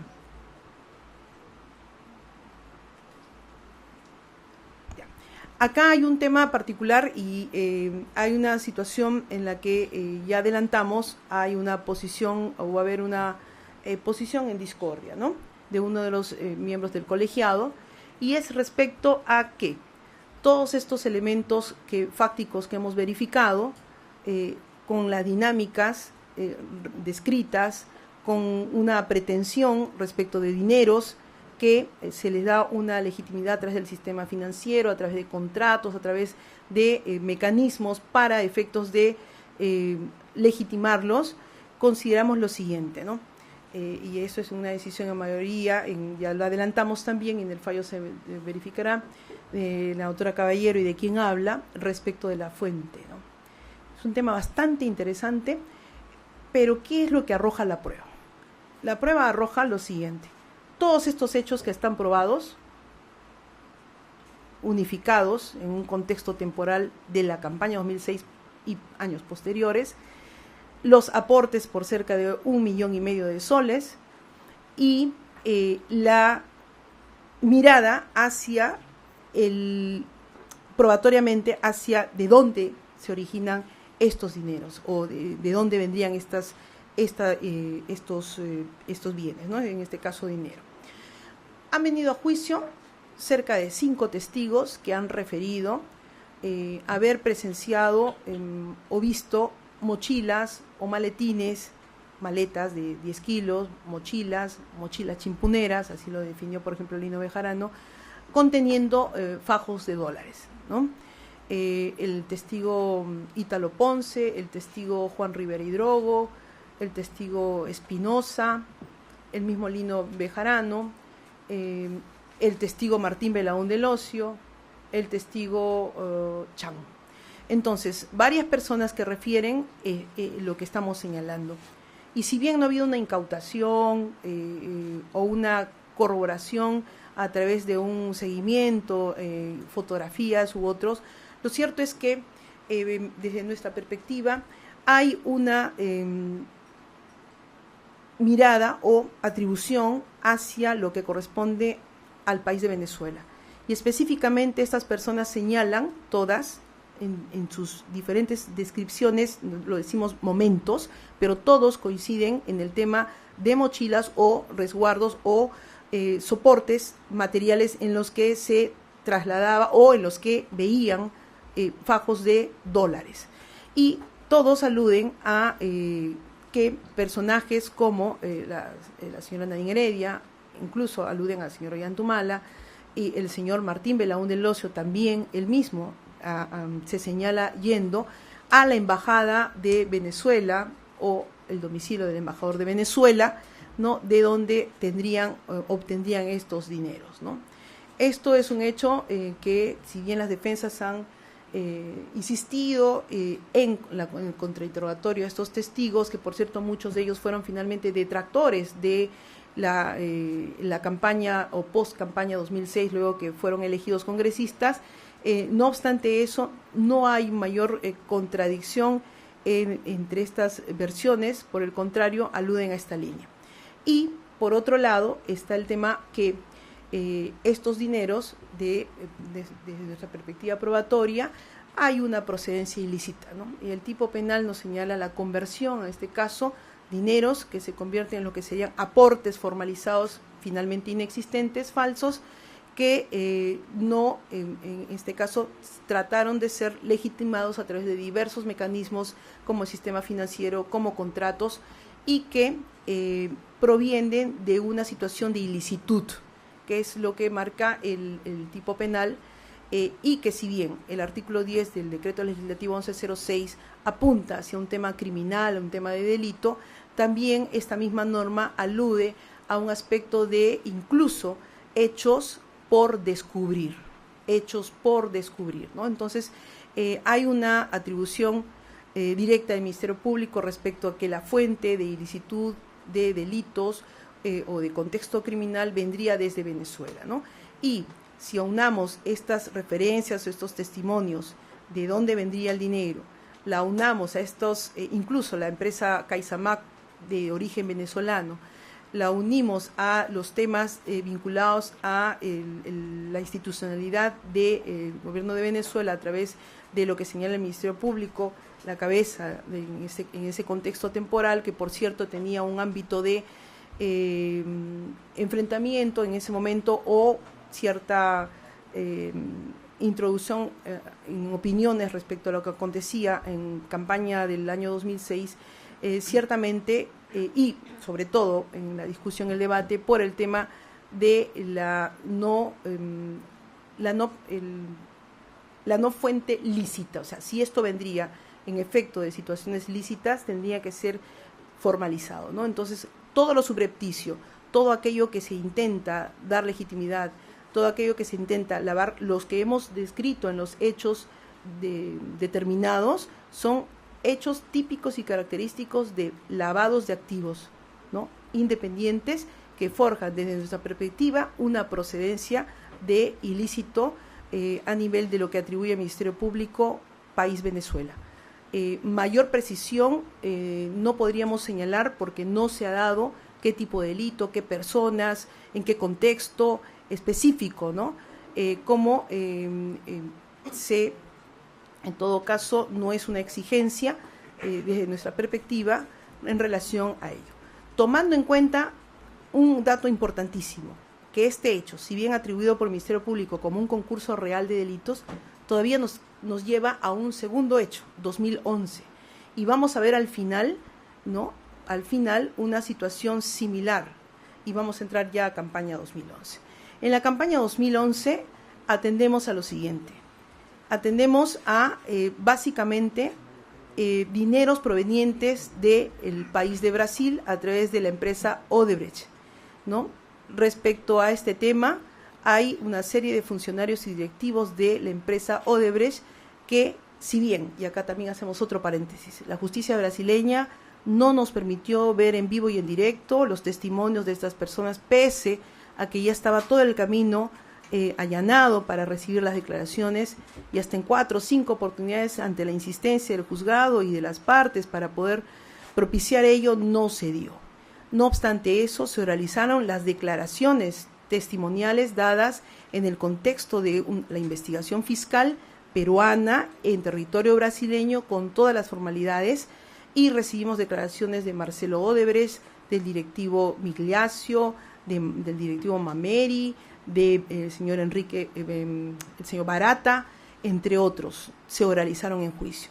¿Y qué es lo que finalmente se obtiene de todos estos dichos? Aunado a lo que ya hemos verificado, los aportes por cerca de 1,5 millones de soles que los registrados como aportantes han negado totalmente haber amonado. ¿Qué nos han dicho estas personas a nivel ya probatorio, para ir cerrando el análisis? Es que en efecto ha habido una transferencia de dinero o hacer llegar desde Brasil a Perú de cerca de 3 millones de dólares, o lo que sería para ellos 4.800.000 reales, ¿no?, de Brasil. Entonces, esto lo han referido en juicio, sobre todo ¿quién? Marcelo Bahía Odebrecht, quien a nivel de la lectura de su declaración, que por cierto no solamente fue una lectura del Ministerio Público y de las Defensas, sino que pudimos escuchar en algunos de estos testimonios los audios de estas personas en los casos que hablaban español, como el señor Barata, ¿no? Y otro. En todo caso, estas personas han referido que había la disposición de la entrega hacia la campaña del año 2011 y han atribuido a las iniciales OH al señor Ollanta Humala. Así, por ejemplo, vemos en pantalla la declaración del señor Marcelo Bahía Odebrecht en varios aspectos y el reconocimiento sobre todo de los recursos no contabilizados. Esto es, estas personas en su conjunto, uno más que otro, nos han referido la forma como operaba la empresa Odebrecht a través del Departamento de Operaciones Estructuradas, donde aparte de lo que sería la caja 1, que es la correspondiente al sistema contable financiero de la empresa, había una segunda caja, la caja 2, que era el fundamento o el mecanismo, de dineros provenientes de actos ilícitos ligados, y también esto por un hecho notorio, a temas de corrupción, ¿no?, a través de esta empresa. Entonces, acá hay esta presencia de los funcionarios de Odebrecht que han referido eso, el traslado de dinero a Perú, precisamente al apoyo de la campaña del señor Ollanta Humala en el año 2011, ¿no? Por ejemplo, Marcelo Odebrecht decía, el origen, para las campañas electorales, dice, el origen no fue ese, sino poder hacer varios pagos no contabilizados, pero en gran parte terminó siendo para pagar, hacer donaciones de caja 2, contabilidad paralela. Inclusive allí acabó incluyendo coimas y todo lo demás, pero el origen no era eso, pero al final acabó siendo destinado para hacer donaciones políticas, ¿no? Entonces, estos funcionarios o directivos de la empresa aluden en diversos ámbitos a la colaboración al partido político liderado por el señor Ollanta Humala.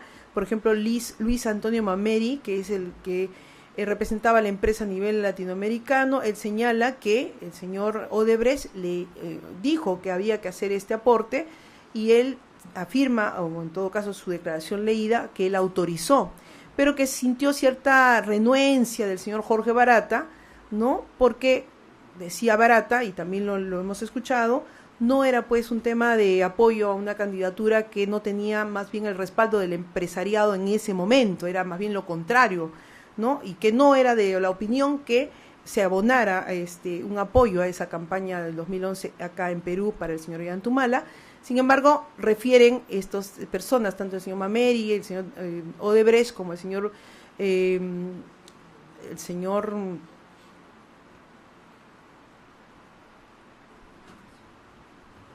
Barata, que se realiza una llamada telefónica, ¿no?, en la que el señor Odebrecht le dice, no, esto no es una consulta, acá no es, más palabras menos, no es para que opinen, esta es una orden y punto, ¿no?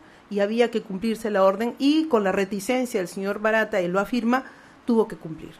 Y el señor Barata es prácticamente quien alude a que han entregado recursos para el señor Ollanta Humala, precisamente o específicamente a través de la señora Nadine Heredia, ¿no? Y lo han hecho por orden del señor Marcelo Odebrecht.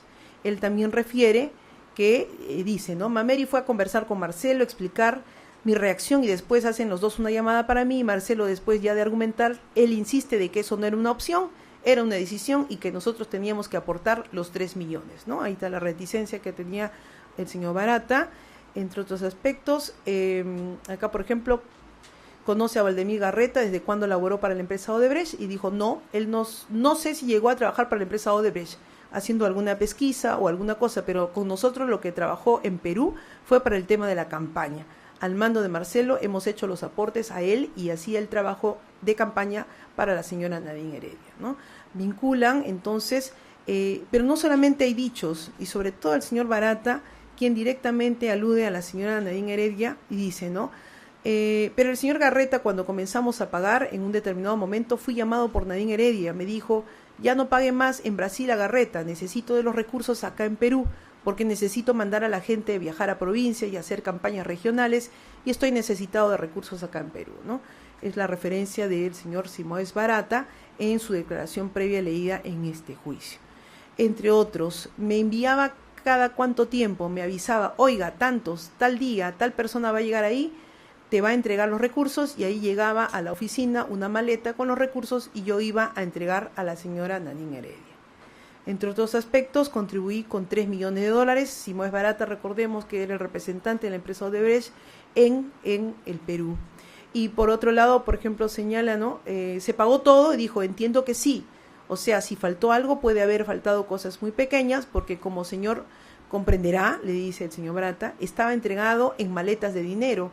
No las agarraba para poder chequear nota por nota o contar las maletas, pero se sabía que en cada maleta decían, ahí hay 300, hay 320, hay 300, y cogía esta maleta e iba donde la señora Nadine para entregarle, entre otros aspectos, ¿no?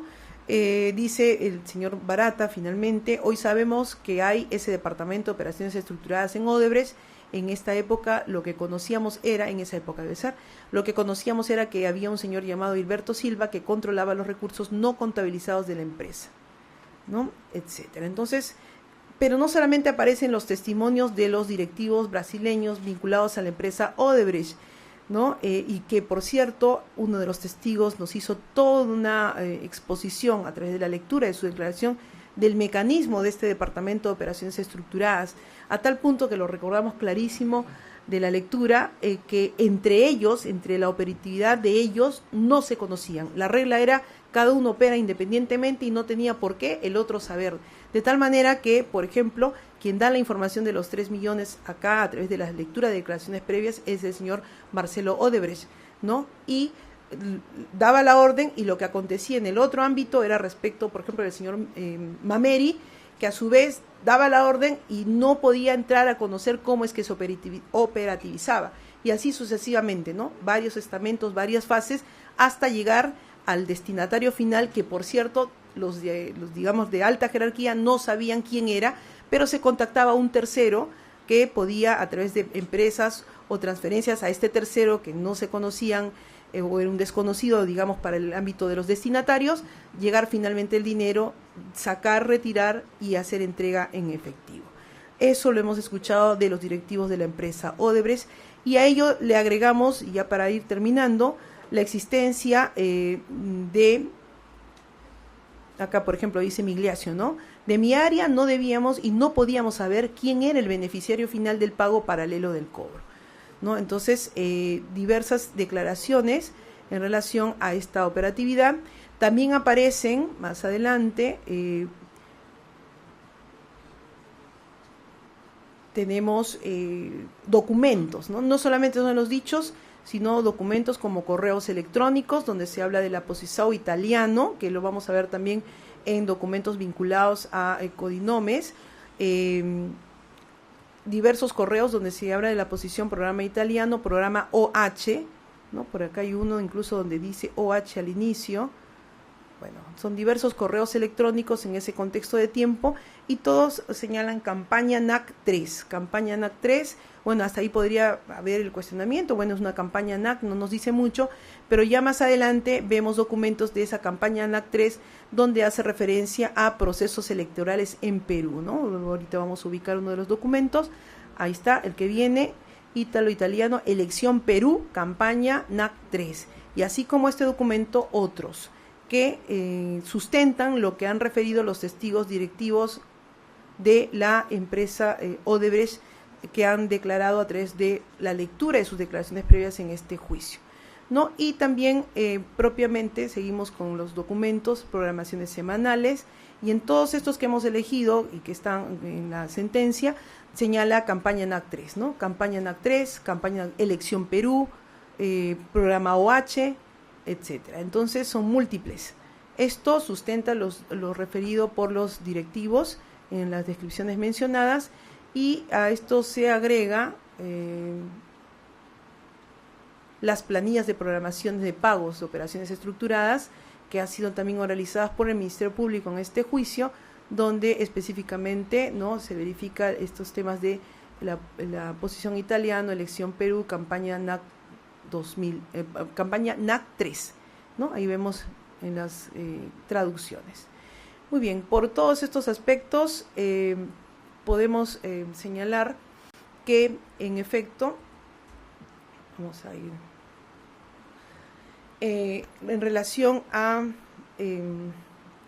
la campaña 2011, lo que podemos verificar es también estos ingresos de dineros con una disposición por parte de una empresa como Odebrecht, que en el contexto en el que se hacían las transferencias, los envíos referidos por los directivos diversos, había un contexto de delito, ¿no? Específicamente en este caso, temas y también por hechos públicos o de conocimiento público hoy sobre temas de corrupción.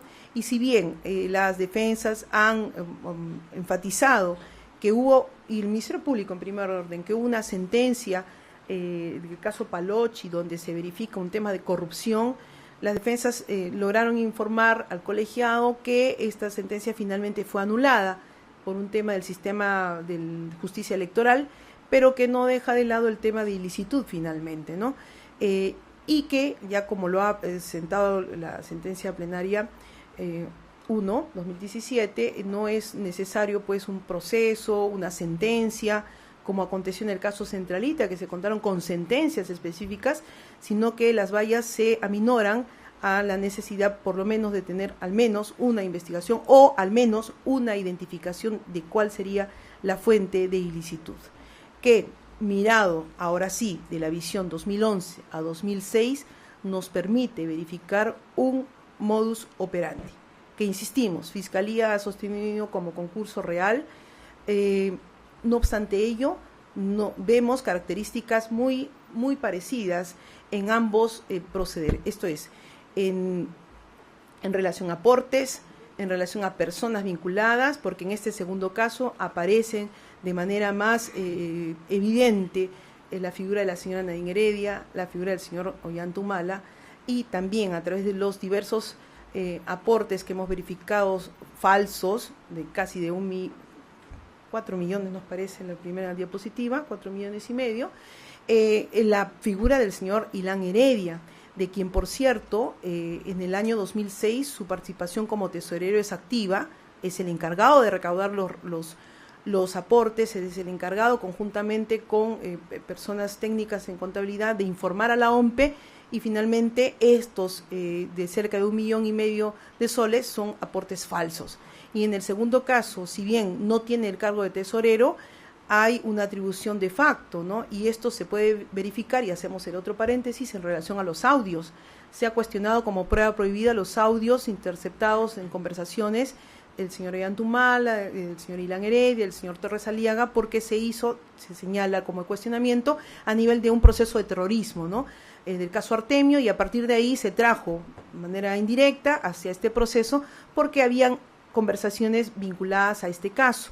En este punto, al igual que en el caso de las agendas, consideramos que hay contenido de interés público, y a través de estos audios se puede verificar una posición bastante importante del señor Ilan Heredia, pese a no tener el cargo de tesorero, en relación a los manejos del ámbito financiero y económico, conjuntamente con quien él era formalmente el tesorero en este periodo de la campaña 2011, el señor Torres Aliaga, ¿no? En ese sentido, desde nuestra perspectiva y desde nuestro análisis probatorio, hay responsabilidad en los señores Ollantumala, Nadine Heredia Alarcón, el señor Ilan Heredia y el señor Torres Aliaga, de quien, por cierto, su posición ciertamente nos llama la atención. Se le ve que incluso en los audios, de una manera coloquial, una persona con no mayor cuestión de posición de decisión, de injerencia, ¿no? Sin embargo, aparece firmando los informes y los balances conjuntamente con personas que han venido acá a señalar, un contador, 2 contadores, uno de ellos ha dicho no es mi firma, y aparece mi firma en todo eso con el señor Torres Aliaga, y otro González, me parece, que ha referido en los balances que a él le dijeron, firma nomás, rapidito, ayúdanos, ya se nos acaba el plazo. Y terminó firmando informes de no solamente ese año, sino de años anteriores, 2010, 2011, 2010. Y él dice, a mí me han sorprendido, ¿no? Yo no puedo dar fe del contenido. ¿Usted verificó? Nada. Entonces, esto lo vincula al señor Torres Aliaga en relación a esta situación y, por tanto, también ingresa en tema de responsabilidad. Ya para finalizar, en relación a la señora Alarcón y el señor Arenas Gómez Sánchez, de la misma manera en el tema que la señora Rocío Calderón por el apartado 1, hay en efecto adquisiciones de bienes vehiculares, inmuebles, pero no verificamos información más allá de lo objetivo que nos dé una trazabilidad del dinero o de la fuente, más allá de la sola atribución de que hay un dinero ahí, por tanto vendría de la señora Nadine Heredia. No podemos sostener probatoriamente ello y a eso abona las pericias, pues, ¿no? Las pericias que no son determinantes. En ese sentido, adelantamos ya nuestra decisión de absolución para este caso el señor Arenas Gómez Sánchez y para la señora Alarcón. Y en el caso del apartado 3, vinculado a la señora Nadine Heredia y a la señora Rocío Calderón, en la misma línea de lo antes referido, respecto a mayor información probatoria de la sustentación vinculada a estos temas de lavados, ¿no? Lavados de activos que hemos verificado, porque esa es la conclusión, que en efecto en este juicio se ha aprobado la comisión del delito de lavado de activos con estos actos diversos de agenciarse de dineros de procedencia ilícita que debieron presumir. Y es que en el debate estamos convencidos que al inicio, esto probablemente cuando fue unos aportes pequeños iba generándose, ¿no? No va a pasar nada, son aportes, porque en sí los aportes no es algo ilegítimo, ya la Corte Suprema lo ha definido, ¿no? Es más, hay ilícitos administrativos en torno a la forma de recaudación de los aportes. Pero cuando en estos aportes a campañas electorales, y es nuestra perspectiva o conclusión, se inyectan temas de falsedad, fraude, intentos de ocultamiento, y en estas cuantías altas que hemos referido, 1,5 millones en el 2006, cerca de 4,5 millones en el 2011, la situación cambia, ¿no? Cambia sobre todo por lo llamativo en la prueba de casi la mitad de los testigos que han venido a juicio de referir que no han hecho ningún aporte pese a habérseles consignado con nombre y apellidos determinados montos de dinero. En ese sentido, a esto se abona que nuevamente desde la valoración probatoria vemos los elementos de lo que configuraría una organización criminal en el sentido de la existencia del agravante del delito de lavado de activos. Claro, alguien diría, pero ¿cómo es posible que pueda haber en base a un partido político una organización criminal? Y es que es suficiente verificar los elementos que exige, en este caso la jurisprudencia de nuestra propia Corte, ¿no? Que emitió los elementos. Elemento personal, coinciden 2006, 2011, la figura del candidato presidencial, señor Ollantumala, en ambos. Coinciden la figura preponderante en actividades respecto a la señora Nadine Heredia, respecto al 2011, ¿no? En su participación en relación a lo atribuido por los directivos de la empresa Odebrecht. Concurre la presencia de un tesorero, en este caso 2006 el señor Ilan Heredia, y en el caso 2011 el señor Ilan Heredia a través del de facto, ¿no? Y formalmente en relación al señor Torres Aliaga, ¿no? Es decir, una persona encargada de los manejos, de las recaudaciones, de los informes, de darle la forma respecto al tema de formal ante la OMPE, y también de lo que hemos verificado, la existencia de montos que no están justificados o resultaron ser falsos. Entonces ingresan el elemento personal, el elemento temporal. Miren, acá se nos ha señalado un concurso real, entendemos por el corte respecto a una campaña y otra, pero el modus operandi se aprecia en una misma similitud: aportes, contenido de falsedad, movimientos económicos financieros, y una particularidad resaltante: y ahí tal vez el tema también del mayor reforzamiento de sustentación en la sentencia que se está trabajando, en el sentido de la procedencia extranjera, en ambos casos, procedencia extranjera, Venezuela, Brasil, ¿no? Y estos indicios, porque básicamente la sentencia se basa en prueba indiciaria, sobre todo en el primer hecho, es por los lavados de activos en actos concretos, precisos, probados de manera enfática y clara, que en una visión macro, 2006-2011, montos de dinero bastante llamativos, el elemento personal, el elemento estructural, el elemento funcional, ¿no? El elemento estructural, recordando los elementos, todo ello configura lo que en sí consideramos la agravante, ¿no? La agravante más allá del tipo de naturaleza de persona jurídica, que puede ser desde la óptica de la casuística, una organización religiosa, una organización deportiva, una organización política, una organización recreativa, entre múltiples ejemplos, mientras que ingresa esta pretensión de comisión de ilícitos, y acá lo verificamos. En ese sentido, en el apartado 3 ya señalamos que no, y vamos a verificar o dar lectura al fallo o a la mención de la decisión final, precisando que en el tema de las sanciones penales, porque para nuestra conclusión se ha cometido el delito de lavado de activos agravado. Bueno, en la decisión, la única situación que el doctor Bengoa va a sustentar es en relación al 2006, ¿no?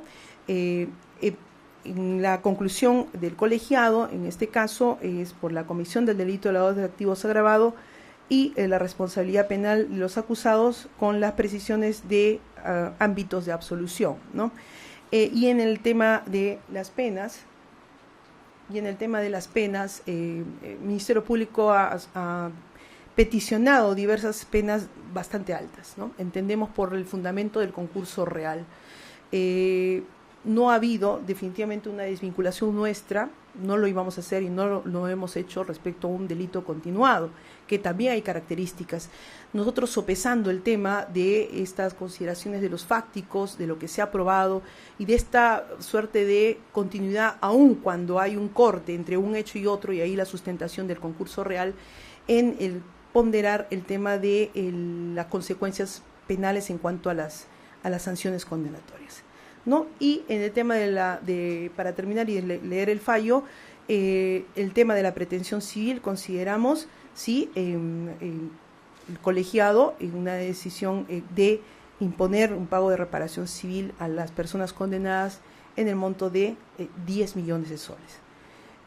Y no amparar la petición de la actora civil sobre la nulidad de transferencia en relación al bien inmueble de la señorita hija de los señores Humalatazo y la señora Heredia del Arcón, ¿no? Básicamente por el tema de que es un bien que fue adquirido cuando fue soltero, y si bien hubo una transferencia, esta se hizo con antelación a la formalización de la investigación preparatoria y entendiendo los fundamentos de un padre respecto a su prole, ¿no?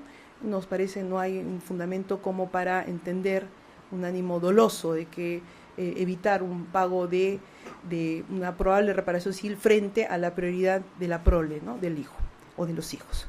En ese sentido, vamos a dar lectura al pronunciamiento.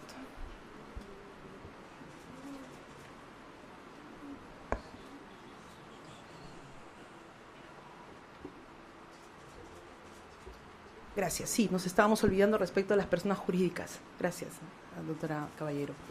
En relación a las personas jurídicas, en la decisión va, respecto a todo GRAF, por todo lo referido, a aceptar o acoger la pretensión del Ministerio Público de disolverla. Disolución. Y en relación al Partido Nacionalista Peruano, ha habido todo un tema de debate bastante interesante respecto a la consecuencia jurídica, y considera la Judicatura la imposición de una multa de 100 UITs al Partido Nacionalista Peruano por haber sido instrumentalizado ¿Y por qué no el tema de el mayor impacto de sanción? Porque es un partido político, en primer lugar, que ha nacido, ¿no?, en un contexto político. O sea, no es que hayamos comprobado que nació precisamente por un fin totalmente ilícito. No, es más, han sido partido de gobierno.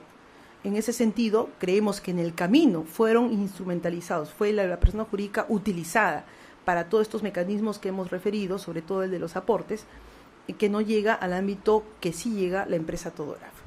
El pronunciamiento que será nuevamente señalado ya con la lectura integral de la sentencia a través de audiencia virtual, que acontecerá el día 29 de abril, martes 29 de abril, en horas de la mañana, estamos más o menos señalando 10 de la mañana, en sesión virtual, es el siguiente. Por las consideraciones antes expuestas, los señores jueces integrantes del Tercer Juzgado Penal Colegiado Nacional de la Corte Superior Nacional de Justicia Penal Especializada, impartiendo justicia a nombre de la Nación, fallamos. Primero, declarar absuelta, por unanimidad, declarar absuelta a Rocío del Carmen Calderón Binatea como presunta autora del delito de lavado de activos agravado en agravio del Estado, disponiéndose la anulación de antecedentes penales, judiciales y administrativos por el delito imputado. Segundo, declarar absueltos de la acusación fiscal en su contra a Santiago Gastañaduy Ramírez y Maribel Amelita Vela Arévalo en la imputación contra los mismos como presuntos cómplices primarios del delito de lavado de activos agravado en agravio del Estado. Tercero, por mayoría de los señores jueces Caballero García y Coronado Salazar, declarar a Ollanta Moisés Humalatazo, Nadine Heredia Alarcón e Ilan Paul Heredia Alarcón, coautores del delito de lavado de activos agravado, tipificado en el artículo 1 y 3, literal B, de la Ley 27.765 en agravio del Estado peruano. Cuarto, declarar a Antonia Alarcón Cubas, Rocío del Carmen Calderón Binatea y Eladio Mego Guevara, cómplices primarios del delito de lavado de activos agravado, tipificado en el artículo 1 y 3, literal B, de la Ley 27.765 en agravio del Estado peruano. Esto en relación al apartado 1. En relación al apartado 2, quinto, declarar absueltos a Antonia Alarcón Cubas y Carlos Gabriel Arenas Gómez Sánchez de la imputación formulada en su contra como presunta autora y cómplice primaria, cómplice primario respectivamente del delito de lavado de activos agravado en agravio del Estado. Sexto, declarar a Ollanta Moisés Humalatazo, Nadine Heredia Alarcón, Ilan Paul Heredia Alarcón y Mario Julio Torres Aliaga, coautores del delito de lavado de activos agravado en agravio del Estado peruano. Delito tipificado en el artículo 1 y 3, literal B, de la Ley 27.765. En relación a los hechos comprendidos en el apartado 3, séptimo, declarar absueltos a Nadine Heredia Alarcón y Rocío del Carmen Calderón Binatea en la imputación en su contra como coautoras del delito de lavado de activos agravado en agravio del Estado, correspondiendo a la anulación de antecedentes respecto a este delito. Octavo, en relación a las penas, vamos a decir el global, por favor. Por mayoría de las señoras jueces Caballero García y Coronado Salazar, imponer las siguientes penas. Al señor Ollanta Moisés Humalatazo, la pena de 15 años de pena privativa de libertad efectiva, la misma que debe ser ejecutada de manera provisional de conformidad al artículo 402.2 del Código Procesal Penal. Condena en la que deberá considerarse para su cómputo el periodo de tiempo que fue privado de su libertad ocurrida desde el 14 de abril de 2017 hasta el 30 de enero del 2018, 8 meses y 16 días, debiendo ser cumplida en establecimiento penitenciario que el INPE designe, debiendo Asimismo, teniendo en cuenta su presentación a la audiencia el día de la fecha, debe retomarse el cómputo de privación respectiva, el cual vencerá el 28 de julio de 2039, disponiéndose la inmediata ejecución del mandato judicial por parte de la Policía Judicial. Asimismo, a la pena de 730 días multa, que a razón de la suma de 130 soles por día multa equivale al monto de 94.900 soles que deberá abonar a favor del Tesoro Público en el plazo legal establecido del artículo 44. A Nadine Heredia Alarcón, ya casi por unanimidad, la pena conjunta de 15 años de pena privativa de libertad, la misma que debe ser ejecutada de manera provisional, de conformidad al artículo 402.2 del Código Procesal Penal, condena en la que deberá considerarse para su cómputo el periodo de tiempo que fue privada de su libertad, ocurrida desde el 14 de abril de 2017 hasta el 30 de enero del 2018, 8 meses y 16 días, debiendo ser cumplida en establecimiento penitenciario que el INPE designe, disponiéndose la emisión de órdenes de captura en su contra a fin que sea ubicada y puesta a disposición del juzgado para el cumplimiento de la condena impuesta. Y la pena de 730 días multa, que a razón de la suma de 7 soles con 74 céntimos por día multa equivale al monto de 5.418 soles que deberá abonar a favor del Tesoro Público en el plazo legal establecido en el artículo 44 del Código Penal. A Ilan Paul Heredia Alarcón, la pena de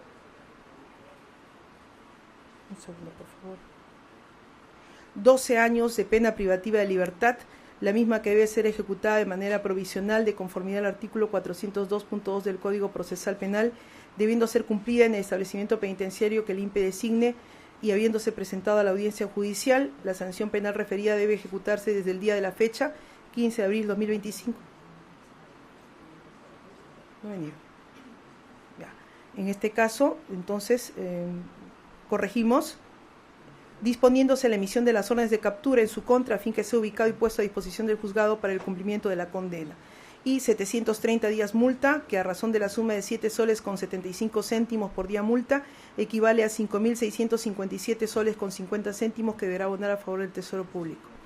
A Antonia Alarcón Cubas, Rocío del Carmen Calderón Binatea y Eladio Mego Guevara, y es nuestra consideración, 5 años de pena privativa de libertad para cada uno, suspendida en su ejecución por el plazo de 4 años, sujeto a las reglas de conducta como son la prohibición de ausentarse del lugar de su residencia sin previa autorización judicial, comparecer cada 60 días al local del juzgado encargado de la ejecución de la sentencia a fin de informar y justificar actividades verificándose mediante el control biométrico y reparar el daño ocasionado a la parte agraviada a través del pago de la reparación civil establecida en la sentencia. Lo anterior, con el apercibimiento en caso de incumplimiento de las reglas de conducta, se proceda conforme al artículo 59 del Código Penal y 365 días multa para cada uno, que a razón de 7 soles con 75 soles por día multa, respectivamente equivale al monto de 2.828 soles con 75 céntimos que deberá abonarse a favor del Tesoro Público. Y a Mario Julio Torres Aliaga,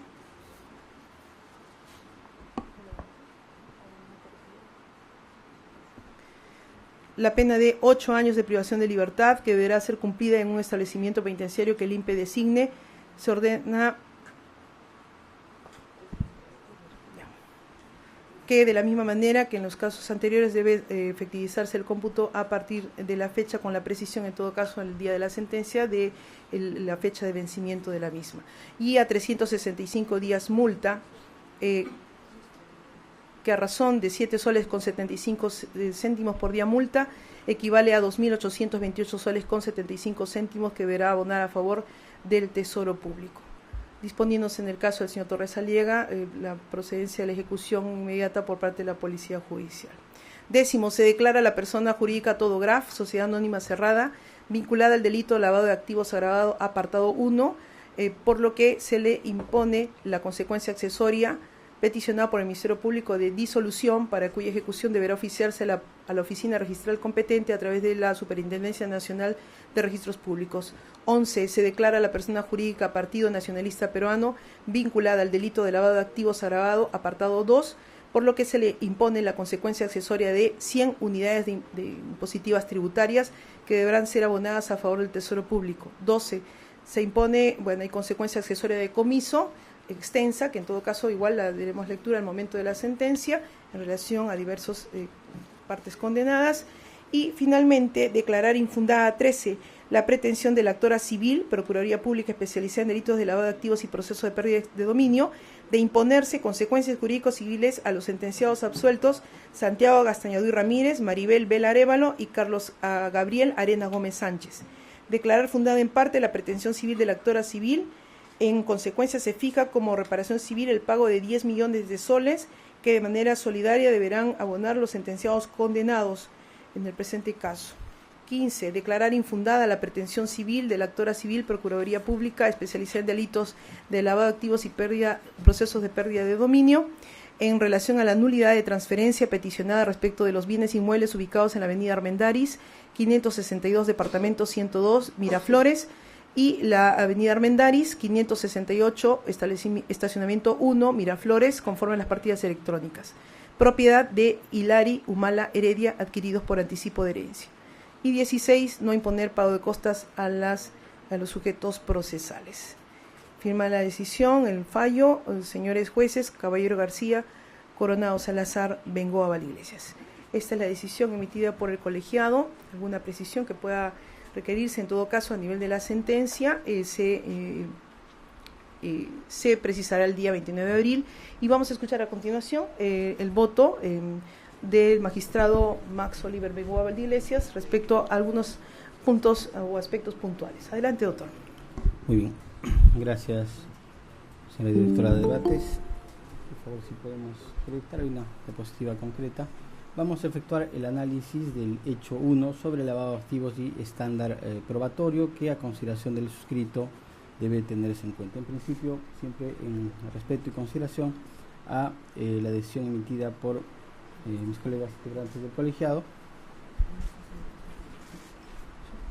Y en ese sentido, haciendo precisión que sobre el hecho 2 y hecho 3 consideramos que existen razones, fundamentos para llegar a la conclusión probatoria que se ha establecido. Sin embargo, respecto al hecho 1, es necesario en principio efectuar un marco de definición de manera muy concreta del delito de lavado de activos, ¿no?, que en este caso consiste en dar apariencia de legalidad a bienes que tienen origen delictivo, en sus verbos de convertir, ocultar o transferir. El caso paradigmático es de los bienes que se generan en el delito de tráfico de drogas, que luego son lavados, blanqueados, transformados y finalmente pasan a constituir soporte financiero.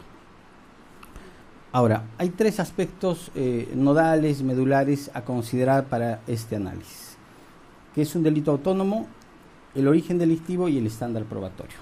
En cuanto a la autonomía del delito, aunque el delito de lavado de activos posee autonomía tanto en el plano material como en el plano procesal, también es cierto que para formular una acusación y especialmente para alcanzar una condena resulta indispensable que se encuentre vinculado a actividades delictivas concretas que tengan la aptitud de generar estos ilícitos.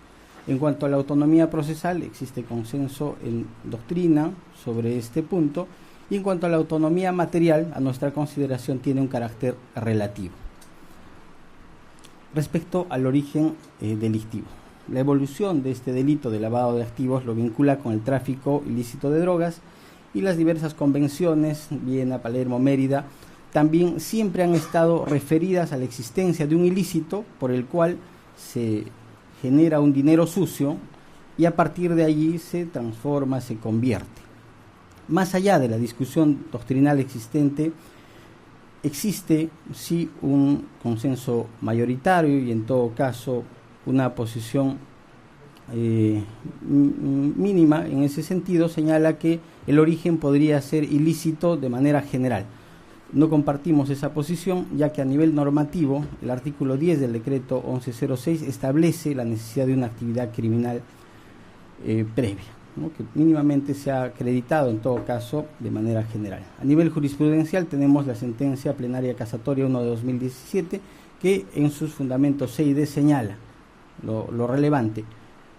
Componente normativo: debe corresponder necesariamente a actividades criminales que tengan capacidad de generar ganancias ilícitas. El punto D concluye que se debe acreditar la actividad criminal de modo genérico. En el ámbito doctrinario, autores como Mendoza, Abanto, Pariona son claros al pronunciarse que este aspecto debe considerarse para la determinación de una condena. No basta con hacer referencia a una ilicitud de carácter general o presunta, sino de carácter concreto. En cuanto al estándar probatorio, el estándar de racionalidad probatoria, que nos los plantea Beltrán, que ha sido tomada en cuenta en la casación 1897-2019, también la sentencia casatoria plenaria 1-2017, donde se da parámetros específicos sobre este aspecto y se señala la necesidad que existan mínimamente indicios que establezcan este origen delictivo vinculado a alguna actividad delictiva. No se trata de establecer quién cometió el delito, cómo lo cometió, sino por lo menos de manera general y con prueba indiciaria establecer cuál es esa fuente de actividad criminal de donde proviene, ¿no? Y uno de los casos también casi recientes es el caso denominado Sánchez Paredes, en el que se establece también criterios importantes sobre la materia. En ese sentido, consideramos que no se ha probado, existe además una falencia, insuficiencia en la imputación en cuanto a este aspecto. No se precisa mínimamente a qué delito estaríamos haciendo referencia. No se tiene una referencia mínima de cuáles son las actividades ilícitas que se estarían realizando en el gobierno venezolano y a partir de las cuales se genera un dinero sucio que ingresa al tráfico nacional, en este caso peruano. La existencia de operaciones sospechosas, irregulares, destinadas a ocultar, no son mérito suficiente para concluir, sin lugar a duda, y con la posibilidad de otras explicaciones satisfactorias, que el activo es de origen delictivo. Se desconoce, en conclusión, cuál es el origen de este dinero maculado. Y, en todo caso, podría existir algún tipo de ilicitud general, podría ser administrativa, civil, etcétera, pero no concretamente vinculado a un aspecto penal. Haciendo ya un análisis del caso concreto, nos formulamos el siguiente problema. Está acreditado, con prueba directa, indiciaria, suficiente y racional, que el dinero presuntamente recibido de funcionarios venezolanos para financiar la campaña 2006 tiene como fuente un hecho delictivo específico. La hipótesis fiscal es que los imputados Nadine Heredia, Ilan Heredia y Iván Tumala recibieron dinero de Venezuela el año 2006 por intermedio de operadores como Julio López y Birly Torres, bajo cobertura diplomática, valijas, utilizando mecanismos como la empresa Todograph, contratos simulados, que han sido ampliamente explicados y sobre los cuales sí consideramos que existen irregularidades. Es evidente que han habido conductas por las cuales se ha buscado evitar el conocimiento del origen del dinero. No obstante, debemos hacer las siguientes precisiones. Existen estos indicios cuando, por ejemplo, el testigo Ítalo Ponce refiere que vio mochilas con fajos de dólares que venían del extranjero. María Elena Llanos vincula a Julio López, Birly Torres con Iván Tumala y Nadine Heredia.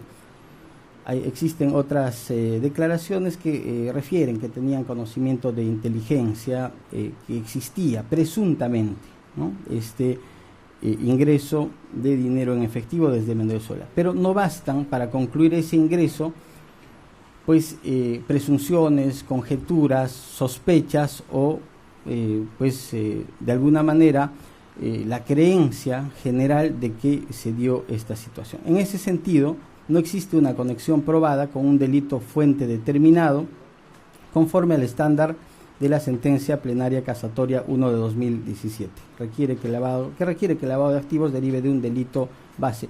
Y se hace referencia, incluso en una casación posterior, donde se resuelve la improcedencia de acción en esta causa, que debe identificarse mínimamente un hecho típico y antijurídico, que en este caso no se ha llegado a concretar. Entonces, ya para ir finalizado, aunque existen transferencias en efectivo no bancarizadas, ocultamiento de dinero, uso de estructuras paralelas como empresas fachada o contratos simulados, estos elementos por sí solos no constituyen el delito de lavado de activos, sino están conectados con un hecho previamente típicamente determinado en las condiciones que ya hemos explicado.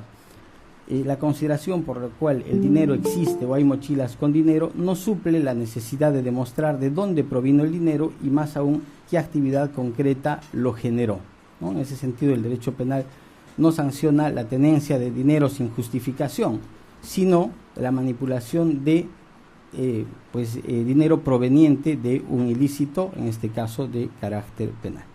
Como conclusión, no se ha llegado a acreditar este origen delictivo de dinero presuntamente entregado desde Venezuela. No se ha identificado ningún hecho típico y antijurídico con fuente generadora de activos.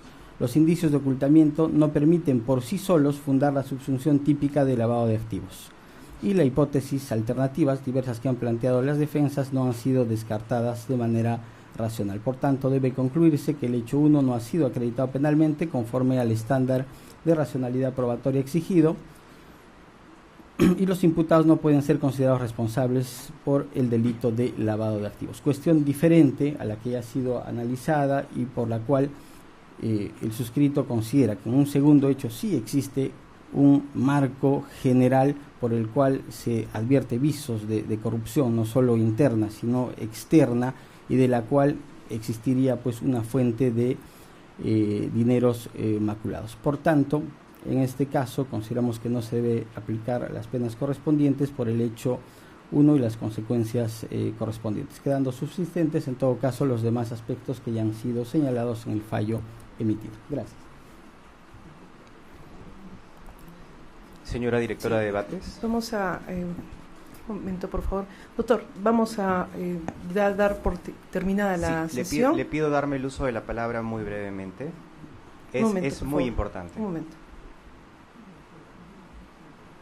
Doctor, vamos a dar por terminada la sesión. Le voy a pedir que me dé el uso de la palabra un breve momento. Sé que no hay recurso impugnativo que se puede interponer, pero necesito hacer una precisión para que de oficio hagan una corrección en este acto respecto a la ejecución provisional de la sentencia. Doctor, ya hemos determinado el fallo.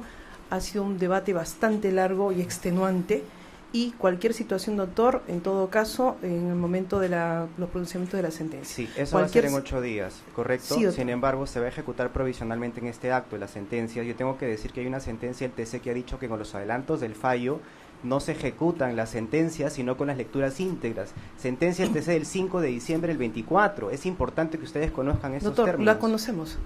Y no nos han explicado por qué se están desvinculando de esa sentencia cuando el Código Procesal Constitucional dice que se tienen que tomar en cuenta para la interpretación de la ley, en este caso el 402. Doctor, está explicado en todo caso en el ámbito de la sentencia misma. De la desvinculación de la sentencia del TC. Respecto al tema, doctor, en la sentencia. Bien, vamos a dar por terminada la sesión. Entiendo la lectura y se entiende con claridad lo que han señalado. Sin embargo, yo quiero sumarme a lo que el colega señala. Creo que sobre la base de la historia procesal de quienes han sido investigados, particularmente de mi patrocinado señor Humala, que a lo largo de 10 años ha estado presente siempre, es primario, no ha faltado nunca a una sola audiencia. Todo lo hemos analizado, doctor. En la sentencia va a estar la fundamentación más amplia. Eso es un adelanto de fallo.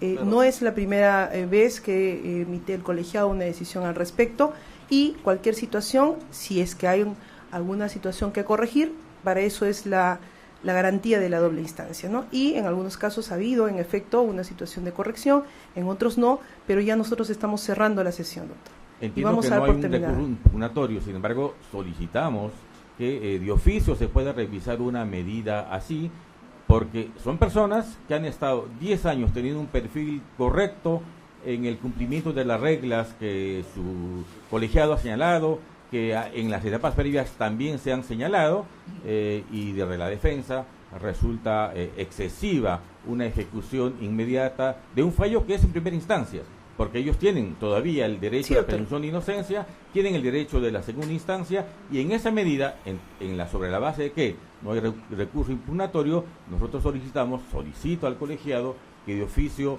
revise ese extremo de la sentencia, porque nos parece mucho más adecuado a un Estado de Derecho de hoy. Bien, vamos a terminar la sesión. Sí, vamos a terminar la sesión, doctores. Cualquier situación en la sesión de la lectura de sentencia, en todo caso. Y tienen el derecho a cualquier tema de presentación de algún escrito o algo, pero tenemos que terminar la sesión, tenemos también otras audiencias que atender. Entendemos lo que se nos está manifestando, pero también el producto de nuestra decisión es un tema bastante debatido en profundidad, con todas las aristas que han señalado, y vamos a cumplir conforme a nuestras funciones. Damos por terminada la sesión, 11:54 de la mañana.